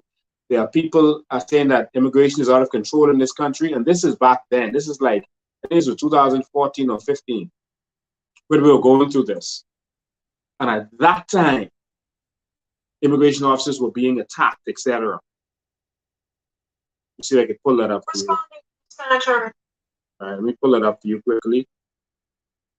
Well, immigration officials are having. There are people that come from a violent culture. Now, most of the people, the Haitians I know here in the Bahamas, are very good, calm, loving persons. But there are some persons who come from a violent culture who've come to this country. And I want you to see what the immigration officers were going through. This is 7 years ago. Watch this. Well, immigration officials are having serious challenges carrying out the new policy, which requires all undocumented persons to leave the country. In one instance, a man believed to be a police officer allegedly hindered immigration officers from carrying out their duties. It was all caught on a video and circulated on social media. Our Janina Ferguson spoke with officials on the matter today. Since the new immigration policy came into effect on November 1st, senior immigration officials say they've had serious challenges while carrying out their duties. In this video, a man identifies himself as a police officer and accuses immigration officers of abusing suspected illegals. The man is seen arguing with immigration officers over the matter, and it's a situation that officer in charge of enforcement for immigration, Kirkland Neely, says is concerning as civilians and illegals hinder the department's efforts. Now, Officer Neely noted that in recent weeks, a number of his officers were injured while on the job. Some fraction of the him interfering and stuff like that. These illegals now tend to believe they're right. And whatever they do, it's supposed to be right, that they have a little backing and encouragement. But let me say, I want to know to them now, it ain't gonna happen. That's a no-no. Because I am really pissed about it. For the last month, I have had 4 officers went down by injuries from the hands of illegal immigrants. All right, these few Bahamians who are trying to be distraction and make it nice for that. I didn't hear anybody came and speak about that. I'm sick and tired of it. Neely added that Bahamians who support illegals in these acts should be made accountable as well. In no part of the world, no part of this world on this earth, you could have illegals injuring officers in the execution of their duty and people picking them up and giving them right. And like I said, I'm sick and tired of it, and it ain't gonna happen no more. Now, as for the police officer involved in this matter, Neely says the case has been turned over to the police force. Over to the police, and I'm really be dealing with that matter on a later date. One of the senior officers spoke to me earlier today, and he said that we'll be dealing with it on Monday coming. Meanwhile, Director of Immigration William Pratt says the department remains resolute in carrying out their duties. From the newsroom, I'm Janae Noel Ferguson, ZNS Network. And so the reason I thought it was important to show that to you is because Bahamians are not really a kind of people that will really stand up and really fight. We talk a lot, we row a lot, but we see these boats coming in. We see what's happening in Abaco. We see what's happening in Andres. And if that time, 7 years ago, the immigration officers were having problems from police officers, etc., who were from that community and fighting, to block their people from being dealt with according to the law. What do you think happen now? What do you think is going to happen when you're outnumbered? When they have their people in government, when they have their people in immigration, when they have their people in the police force, and you try to take back Abaco.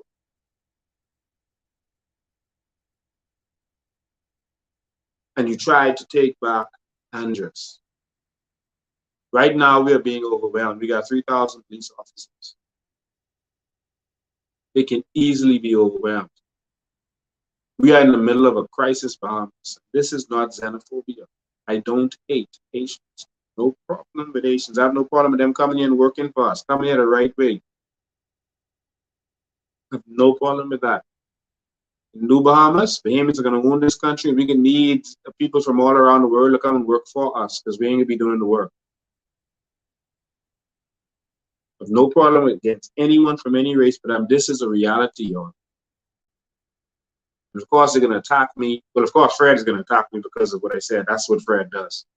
So they're going to find many ways to attack me moving forward. That's what Fred does. But in terms of this is not xenophobia. I'm tired of the xenophobia against Bahamians. I'm tired of the attacks against Bahamians. We got one country. And if that's what was happening 7 years ago, what do you think is going to happen now? When they have tens of thousands of them in Abaco, in Andres, etc. You're about to lose your entire nation because politicians have sold out and they're dividing us because of politics, and you have Bahamians justifying this. They're saying things like, these are our African brothers and sisters. Ladies and gentlemen, there are boundaries. Yes, it's my African brothers and sisters. I have neighbors. In my neighborhood, I have neighbors. But my neighbor can't come in my house when they want to. They can't come in my house uninvited without permission and just go in the fridge, sleep in my children's room, move my child and put their own stuff, move my furniture around. They can't do that. There's boundaries. Which one of you will let your neighbor come in your house without permission at any time and just do what they want to do in your house? There's boundaries.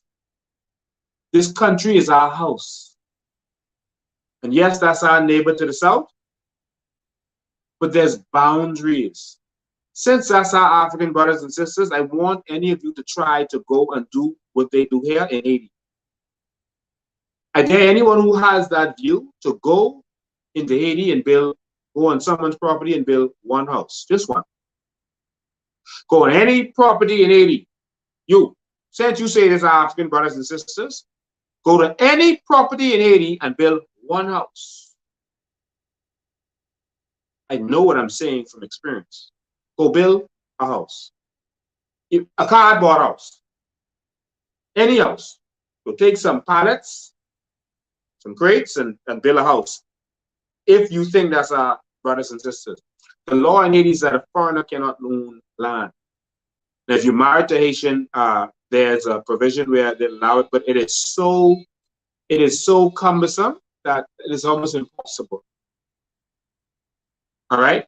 And so don't give me that story about African brother and sister, because you can't go from one African nation to the next illegally.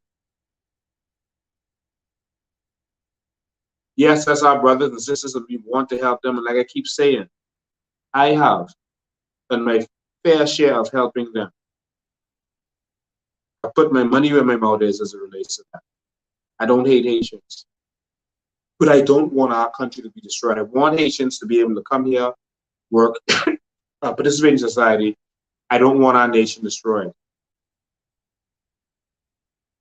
Haitians will overthrow their government. What you think, but y'all soft Bahamians. Who's scared of these little soft politicians we got? Y'all scared of them. What you think is gonna happen when these fellas rise up and start taking this country? They bold. They all say, no, we can send you back. They say, yeah, send us back then. And Fred Mitchell them started going to the Haitian village. They started hurting them. A news crew, I'm going to show you another clip. This is the next clip. A news crew is in there talking to them. And as the news crew is there, someone, one of them said to them, I'll give you a Colombian necktie, to the news crew. They should have a cutlass in his hand and told the news crew, I'll give you all a Colombian necktie. Remember, there was a young man who actually said that. And he was arrested and let go.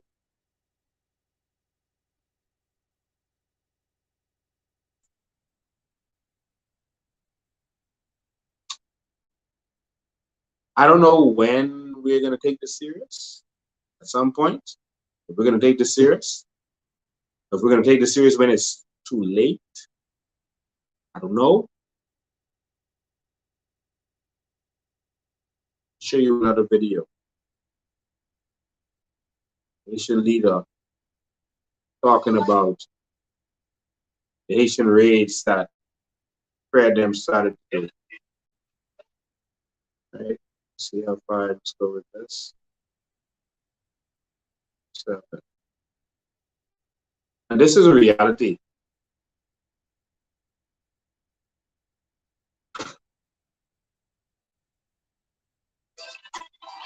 Topic news tonight, one day after the Haitian ambassador warned that immigration raids could give the Bahamas a bad image, a leader in the Haitian community is today speaking out against what he calls the inhumane treatment of Haitians. He says Haitian parents are now afraid to send their children to school. Kyle Walking reports.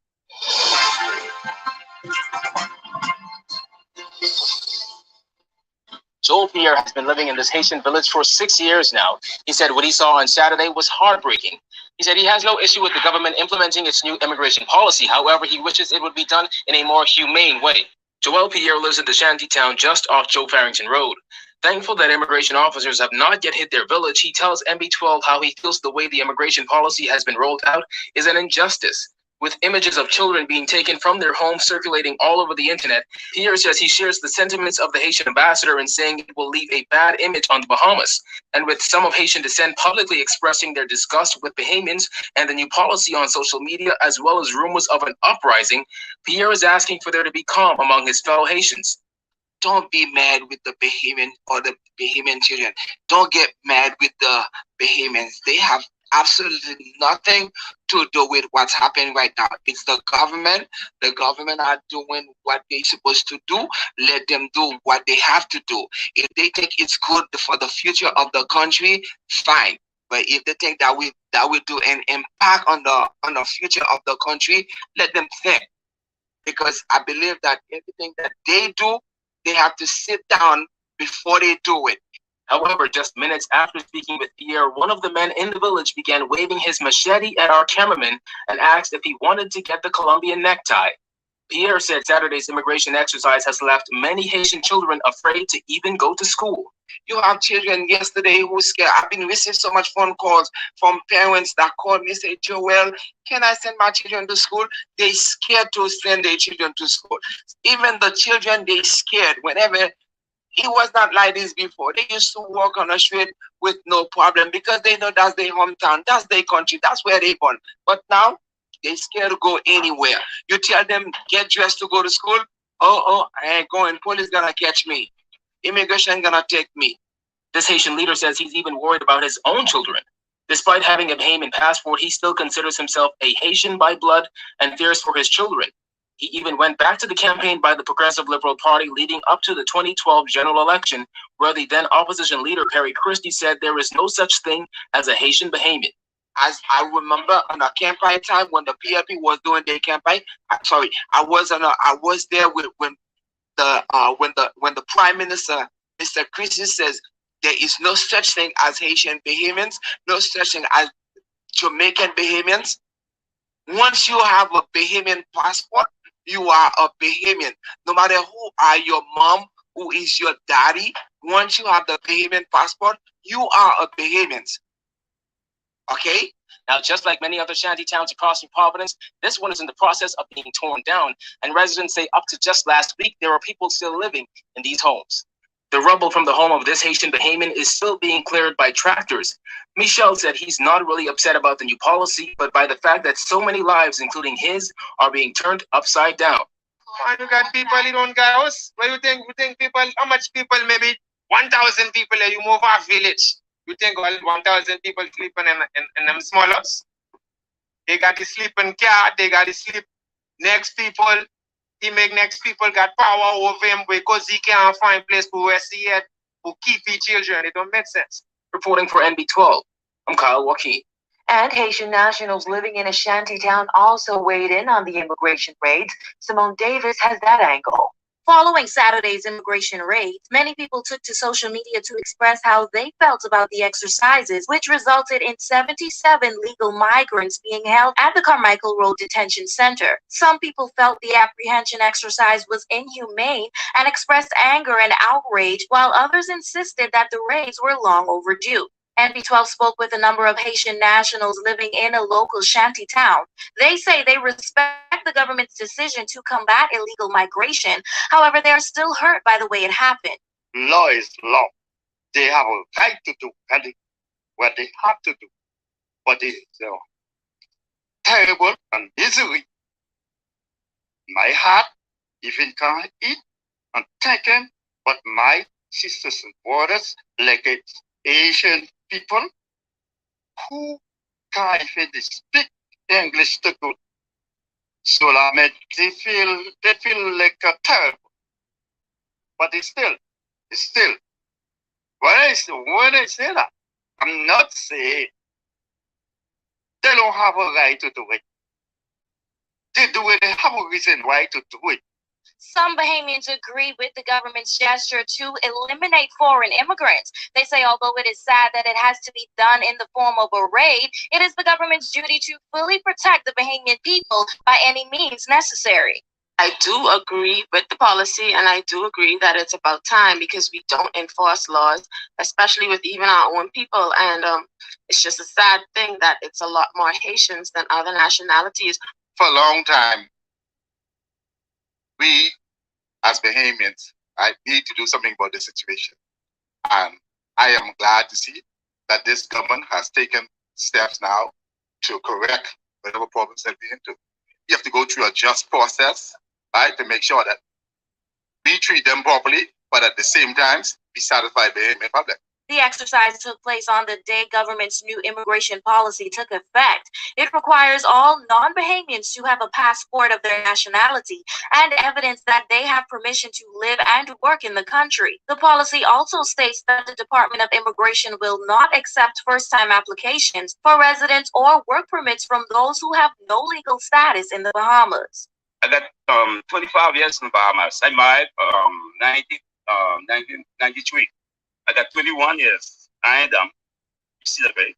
I mean, I got my permit pass. I work on the permit. Everybody who come on, just try to get yourself sorted, and after that, they ain't bother with nobody. Reporting for NB12, I'm Simone Davis. Though he admits that Saturday's raid sparked outrage among some Haitians, the Haitian ambassador says Haitians are not violent people and suggested that some people making inflammatory comments online may be of Haitian descent but were born and raised in the Bahamas. Antonio Rodriguez says Haitians are very peaceful people who contribute to this country's development. You never heard about Haitian. I'm talking about Haitian. I'm not talking about Bahamian from Haitian descent. We never heard about Haitian being involved in crime and things like that. Look at what happened at the Shanty Town. The guy who made those comments, he's a Bahamian. He has a Bahamian passport. Born here, raised here, never been to Haiti. But when they talk about Haitian, it's not Haitian, he's a Bahamian. The Haitian ambassador dismissed any suggestion that strong reaction from some Haitians to recent immigration raids could lead to violence, insisting that Haitians come to the Bahamas in search of a better life and should not be blamed for things that happen. They are not like we're going to march, we are going to do this, like that. Yeah, they can have some very,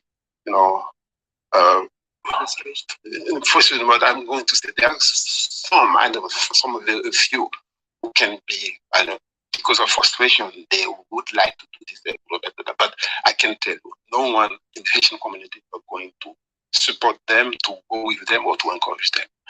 For instance, Rodriguez says Anson Ali, who made headlines last month when he threatened violence against Bahamians, is a Bahamian national of Haitian heritage, not a Haitian. So don't blame Haitian when things happen. We are very peaceful people. We are very work hard. Haitian work hard. Look at that. The development. The Haitian have contributed greatly to the development of the Bahamas, doing jobs Bahamians don't want to do. The Haitian ambassador suggested that Haitians stick together because they often deal with prejudice in the Bahamas. He also took exception to some Bahamians' claims that Haitians are taking their jobs, insisting Haitians get the jobs Bahamians don't want. They feel better together. Why? Because they are rejected. They are not accepted in the Bahamian society. They are not. People treat Haitian or Bahamian from Haitian descent like all are illegal. He says officials must take steps to integrate Haitians living here legally into Bahamian society, particularly those people born here. The kid born here, raised here, go to school as everybody. And when he graduates from my school, all doors are closed for him. So that cannot be. They have to be some understanding. They are here to stay, and they are, the future of the country. From the courts, a man convicted of incest in relation to the rape of his 65-year-old. Ladies and gentlemen, the man says, yeah, the future of this country. I hope you all heard that that's how it ended. He said that these Asians are the future of this country.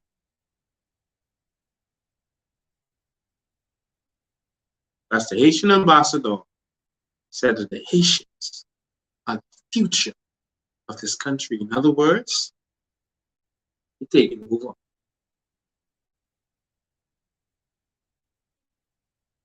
There's some more interesting videos I wanted to share, but I'm not going to do that because of time. But I hope you all heard what I just heard.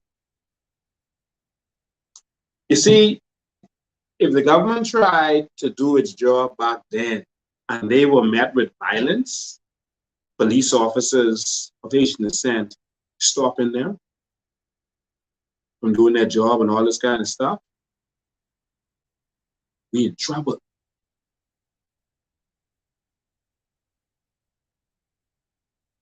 Luby recently put out a message to his Haitian people. It was an interesting message that many of y'all may not have noticed.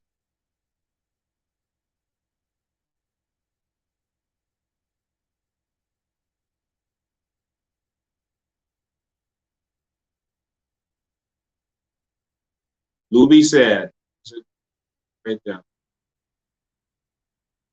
who can be there? Let's be there. What you have to say, bring it. This year, we will start to have the community sit with them in big places. We are not in the bush anymore. We are not in the church anymore. We are doing it in a big way, like the other places.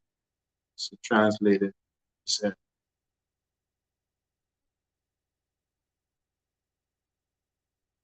They ain't hide no more. They come in by numbers, and they're gonna outnumber us. And they can take over. Luby words still on his Facebook page. He ain't in the bush no more. He coming to do this big. Coming to take this. He said start working for them. Speak out against them, let's take Lincoln gun. The man came on news. He was on the news and threatened all the image. You all play with us, we'll give you all a Colombian necktie. And the police came and saw him, talked to him, and then take his hand and say, hey, he apologized. They got that call. What's going on? What's going on, Bahamas? And then the news team went there, and another Asian fella told them, I'll give you all a Colombian necktie. As the ambassador was talking just now, you notice he was saying that the Haitians in the Bahamas are good, calm, peaceful people. He said he ain't talking about the Haitian behavior. So in other words, the Haitians coming here illegally is causing a problem. It's breeding a different breed of people who are behaving differently, is what he is saying.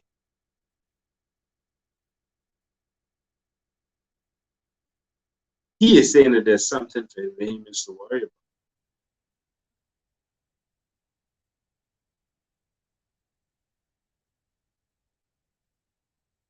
Bahamas, y'all can sit back and watch our country get taken over, but y'all can stand up. Y'all can demand that the government does something. Notice no one in the government is talking about anything to do with this. Everyone is crying out to the government that, listen, they're taking over Abaco. They're taking over Andres. They're taking over Lutra. Bryland is full of them. And the government is saying nothing. By the time as we wake up, our country will be gone. And when you all try to deal with them, they start chopping up immigration officers. And they start fighting the police. And our country could be gone because we could be outnumbered.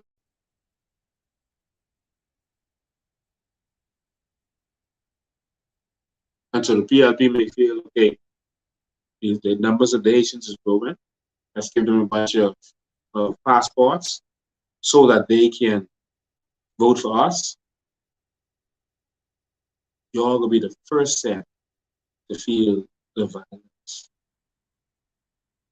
when the government is overthrown. Look at Haiti.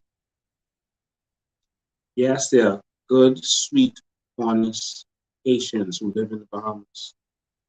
But there's some violent food, that's the ones you gotta worry about. The good, sweet, honest set who live in Haiti, they don't be on the street protesting, but then the ones who protesting is the ones you gotta worry about. Not all Haitians are the same. Not all, any group of people is bad. I'm not lumping all Haitians as one. Don't put that on me. But I'm telling you, if you all don't wake up, this country gone. The Haitians are producing more fruits and vegetables in Andros right now than Bamsi on our land, while the government is fighting Bahamians. Haitians have taken over the Cowpen Road. Yes, some of them were working for Bahamians, and the Bahamians either died or went into something else, and the Haitians took their farms. And yes, people say, well, we need to focus on the other races too. The other races like the Chinese. Yeah, the Chinese are coming and buying up a bunch of buildings. It's true. And yes, we need to address that. But to address that, we need to empower our Bahamians so we could buy the buildings.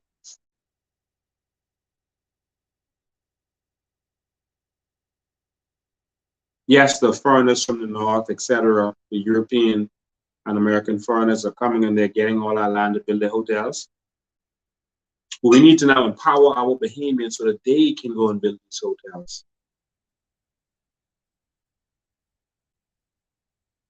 It's time to start talking again about our natural resources, because we're worth billions in our natural resources. But let me tell you something.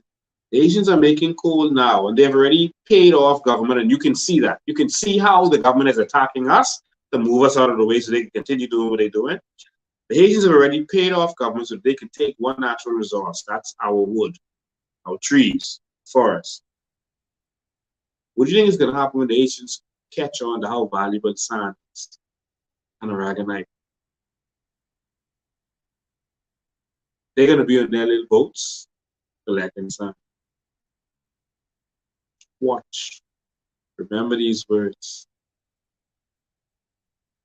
Everything Lincoln says turns out to be true.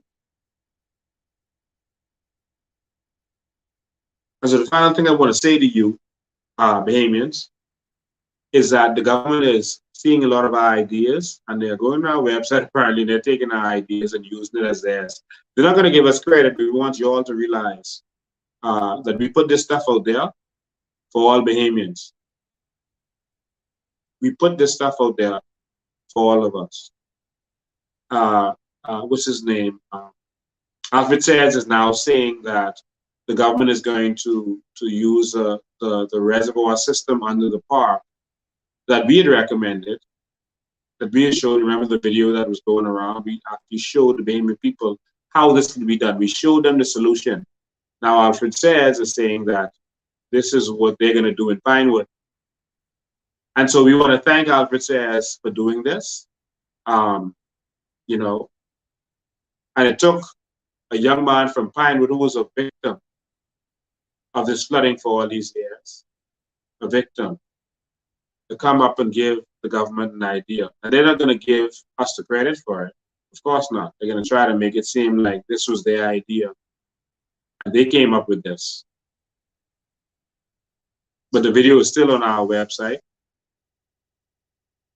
And let me show you Alfred Sayers talking about it. That will retain water, and water could be diverted to that space.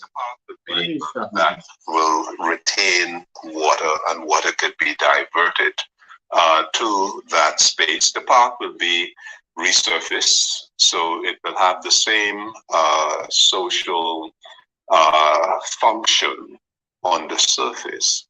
But beneath the substratum of the park will be this installation that will basically retain water to be repurposed and rechanneled either to wetlands or out to the sea. So these are measures that we are taking. In addition to these flood. And so now they're saying that they're going to do that. And you remember the video that we put out showing them exactly how to do it. Other countries that have done it. And so now they're doing it. And so this is a proud moment for us. We're not going to get the credit for it, but it's a proud moment for us to be able to have given the government this idea. We'll see if they do it. But it's a proud moment to see that, a young man from Pinewood could grow up and actually inspire the government. And we believe that they're going to do it based on information I'm getting from their meetings. They're going to do it because they feel that I'm a threat in Pinewood. I'm a political threat. And so they want to do it to say that they actually solved the flooding problem in Pinewood so that they could actually try to neutralize me politically. And so we know that based on that they're actually going to do this. And so Pinewood will benefit, and they're going to benefit because a Pinewood young man grew up and decided to not only fight them and stand up for this and speak out about it, but to actually tell them exactly how to do it. And so God is good. He gets all the praise and all the glory. They're using a lot of ideas. They're listening to us and they're following us. We're actually leading this country. We were doing the same thing when Minister was in power. They were just responding to everything we were saying and doing. We were the ones who told them. You remember we said that why couldn't the government give assistance to Walter Henschel and Lawrence Rule? These people have been feeding people, and as soon as we said that, they went and they did that. And so they're watching us, and we're leading the government right now and showing them what to do. And so a lot of things that we've been pushing out there, a lot of other things. I don't sit here and say all these stuff right now, but just open your eyes and you'll be able to see that they are watching us and they're responding to everything that we say and do. And we're really controlling the narrative right now. So we want to continue to encourage you to continue to stand up, continue to spread the message of a new Bahamas. And so again, we'll always tell you that we need your help. We can't do this alone. We need your time, we need your effort, we need you to volunteer, we need you to be a part of what we're doing. We need you to pay your dues, assist us financially, because that's what it takes. The FNM, the PLP, they raise money to get done what they want to do. And so we have to do the same thing. And so we're looking forward to continuing to assist our Bahamian people on owning their crown land, on doing what we're doing. The government is fighting us because they want to put a wrench in what we're doing, because they feel that we're going to benefit from this politically. Listen, we don't care to benefit from this politically. We care that Bahamians can get their crown land. And once we become government, we're going to make sure that every single Bahamian gets their acre of crown land, at least. That's the one you're entitled to, but you will get more. You show us you have an idea for this, an idea for that, you're going to get it. Now, lastly, our natural resources. It's time. It's time. The government is going to do this scheme where they do carbon credits, but they're going to make it so that we don't benefit from our natural resources. We keep our natural resources in the ground. We don't use them. And we get paid off for doing that. That's not acceptable. That is not acceptable. We're about to get swing Bahamas. And so I want to take just a second, because I know we've been going long. And if anyone has any special questions they need to ask of me, I'm here. You can do that now, and then we'll be going. All right. If you have any questions, please ask them now. If there's anything you need addressed, anything you don't understand,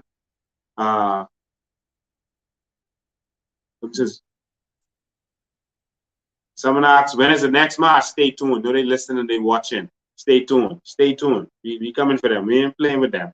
Stay tuned.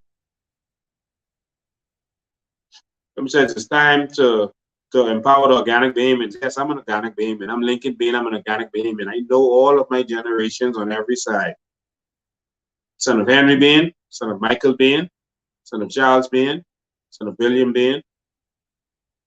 I am at least a 10th generation Bahamian. I'm a Bahamian, true and true. And it's time for Bahamians to look out for Bahamians. Somebody says, what happened to Colombian necktie? Yeah, they took him in, they questioned him, and they let him go. They let him go.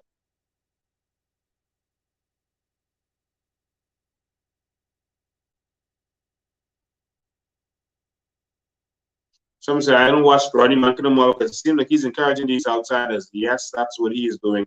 He's doing it for attention. That's what he's doing it for. And Someone says it's dangerous. Yes, it is extremely dangerous. Someone says my family is Bahamian. Awesome, then you Bahamian. All right. Make Bahamians great. I'm a Jew. MBG. It's the MBG movement. We're gonna make Bahamians great.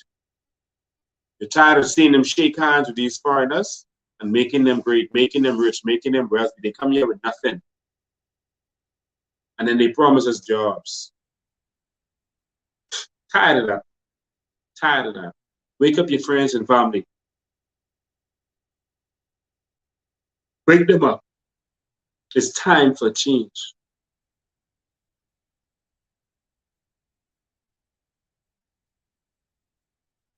Yes, persons did lose their life during the Burma Road riot. They fought for change in this country. And you're right. We need to honor them. We need to make the day of the Burma Road riot a holiday in this country. Because these are the people who got it started. These are the people who stood up. You know, Bahamians have to stop being soft. Bahamians have to stop being soft. You know, a lot of the men who stood up for us as Bahamians were actually foreigners or foreign descent. And that's because Bahamians, we just too soft. Like Finland, that's foreign. Maynard, that's foreign. Bailey, Earn Bailey, Stephen Dillon, that can go on and on. There were a lot of foreign men who had to come and stand up. Because our culture is, we just do whatever master say. You're scared to get locked up. You're scared to be the one seen. These scary people. But I think that's changing. Something is happening in our DNA. Something is transforming us right now. Even your children, you see, beating don't work on them no more. Something is happening. You're tired, we're fed up. Your children, you can't fool them no more. Eat them all you want. They stare right back at you. Something is happening in the Bahamian DNA. Something is happening. And I hope you're ready for it. Right? Someone says, we are the house slaves of the Caribbean. That is true. But that is changing. I'm Lincoln Bain and I'm a runaway slave. And I'm trying to inspire you to be strong, to stand up to these politicians. That's why I speak to them the way I speak to them. To show you that they are employees. They work for us. Don't need to be afraid of them. Yeah, they could, you know, get you fired. They could do whatever, yeah. But we could fire them too. Because they work for us. Don't be afraid. These are criminals. They break the law. That's why the police is holding on my gun, giving the people who threaten me a chance to, you know, come at me. This is how evil the system is. You have politicians lying, changing their story over and over. This is how evil the system is. You got to stand up and fight. You got to stand up. Will you stand with me? Please stand. We can change this country. We can take this back. I don't care if they bring 1 million people from down south here. If we get in, we can fix that. I want to say this to my Asian brothers and sisters. You come here for a better life. If you come here for a better life, why you accept coming here and living in worse life than you live back there? You're coming here and living in shanty towns. You leave your apartment in Haiti, and you come here and you live a worse life. We don't want that for you. We don't hate Haitians, but we don't feel like no human being should be living in a shanty town. Every human being deserves electricity, deserves the internet, deserves running water, deserves a proper roof over their head. You deserve that too. Once you come here legally, when you migrate to Miami, you don't live in shanty towns. I'm actually standing up for you. But the politicians are going to make you think that I hate you. I don't want shanty towns in my country. We don't want shanty towns in our country. You don't supposed to live like that. You're supposed to have dignity. And we want change. We want to own this country, and you come work for us. The rich Haitians don't leave Haiti. I know them.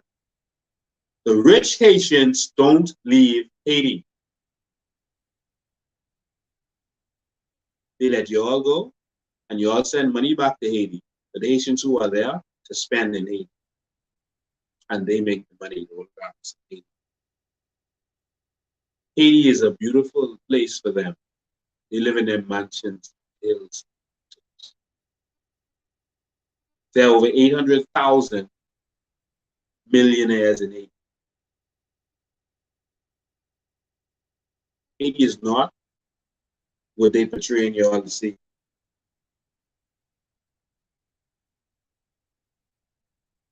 So, ladies and gentlemen, we got a country, our country's in trouble. We need you to stand with us.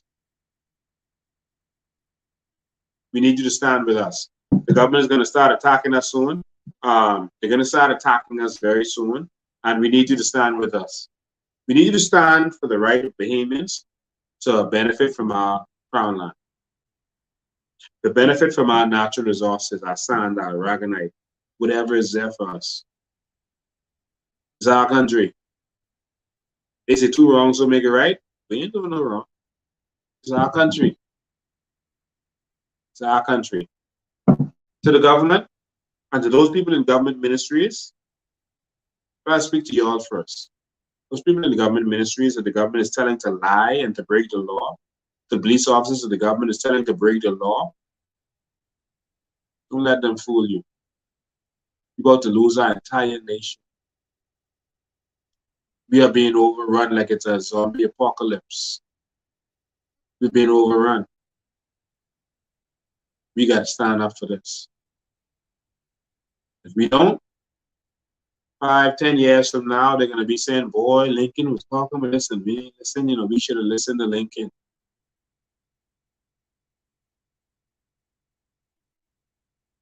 Let's fight bombs. See you next time.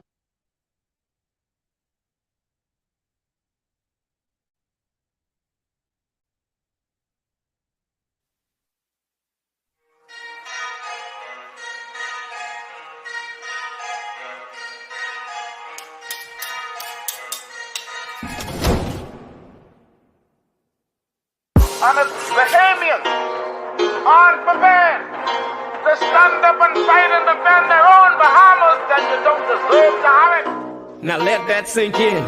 Come on. Change ain't coming, change is here. You can hear it, you can feel it in the air.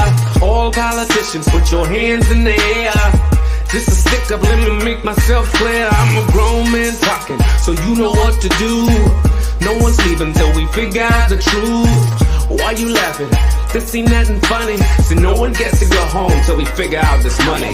Change ain't coming, change is here. They say change ain't coming, but change is here. They say change ain't coming, but change is here. They say change ain't coming, nigga, change is here. Now if you ain't standing with us, then I know you against us. Bahamas, this ain't no time for us to be lukewarm. This is war, and we riding through the storm. Come on. Let's go. Shalom to all my Hebrew brothers, to all my Muslim and Rastas, we need you, brother. I see, I know. I can't forget the Christians. Let's put our differences aside, cause it's a bigger mission. See, they've been doing this for years, trying to separate us, kinda trying to keep us down and never elevate us. Now it's time to praise the Lord, cause he's about to take us over to the promised land where we can celebrate us. I got to do it for my kids that ain't even born yet, so the minute that they born, they already gotta check that check. Gotta have that time to collect, so they won't know how it feels to have that yoke around their neck. Yeah. See, y'all been robbing my grandmother, my great-great-grandmother and grandfather. It's like y'all can't get enough. Y'all just keep eating and giving us nothing but taxes. Y'all went even as far as to say that this country's in debt and we ain't got no money. When 9 times out of 10, everybody in this country's possibly a millionaire. It's time to wake up. Let's talk about natural resources, cause every time we bring it up, they say hold your horses. They say it ain't worth a thing, but it's worth a fortune. Meanwhile, they open up their businesses across the borders. Oh yes, we track their bank accounts across the waters. They say this country in debt, but they making millions. If we don't stop this now, they be up to billions. It's about to go down and I get the feeling we gotta cut a movie on these dirty villains. Sonus Lincoln Bain and his team came with information. It's like everything changed, everything went quiet. It's like so much facts and they can't deny it. They rather keep their mouths shut before they start a riot. Now look how they tryna just steal the oil. They don't wanna share with none of y'all. They been robbing us while we were sleeping. Send them to jail cause they failed, they committed treason. Change ain't coming.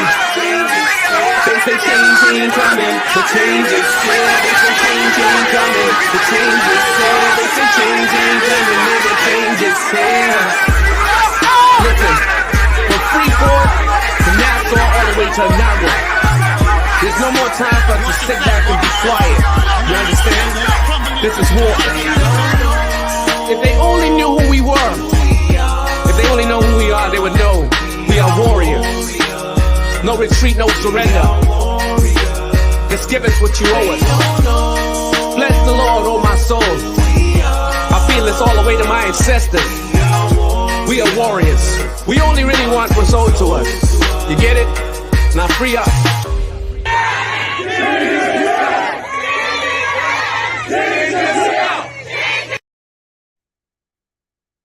Good night. Change is here.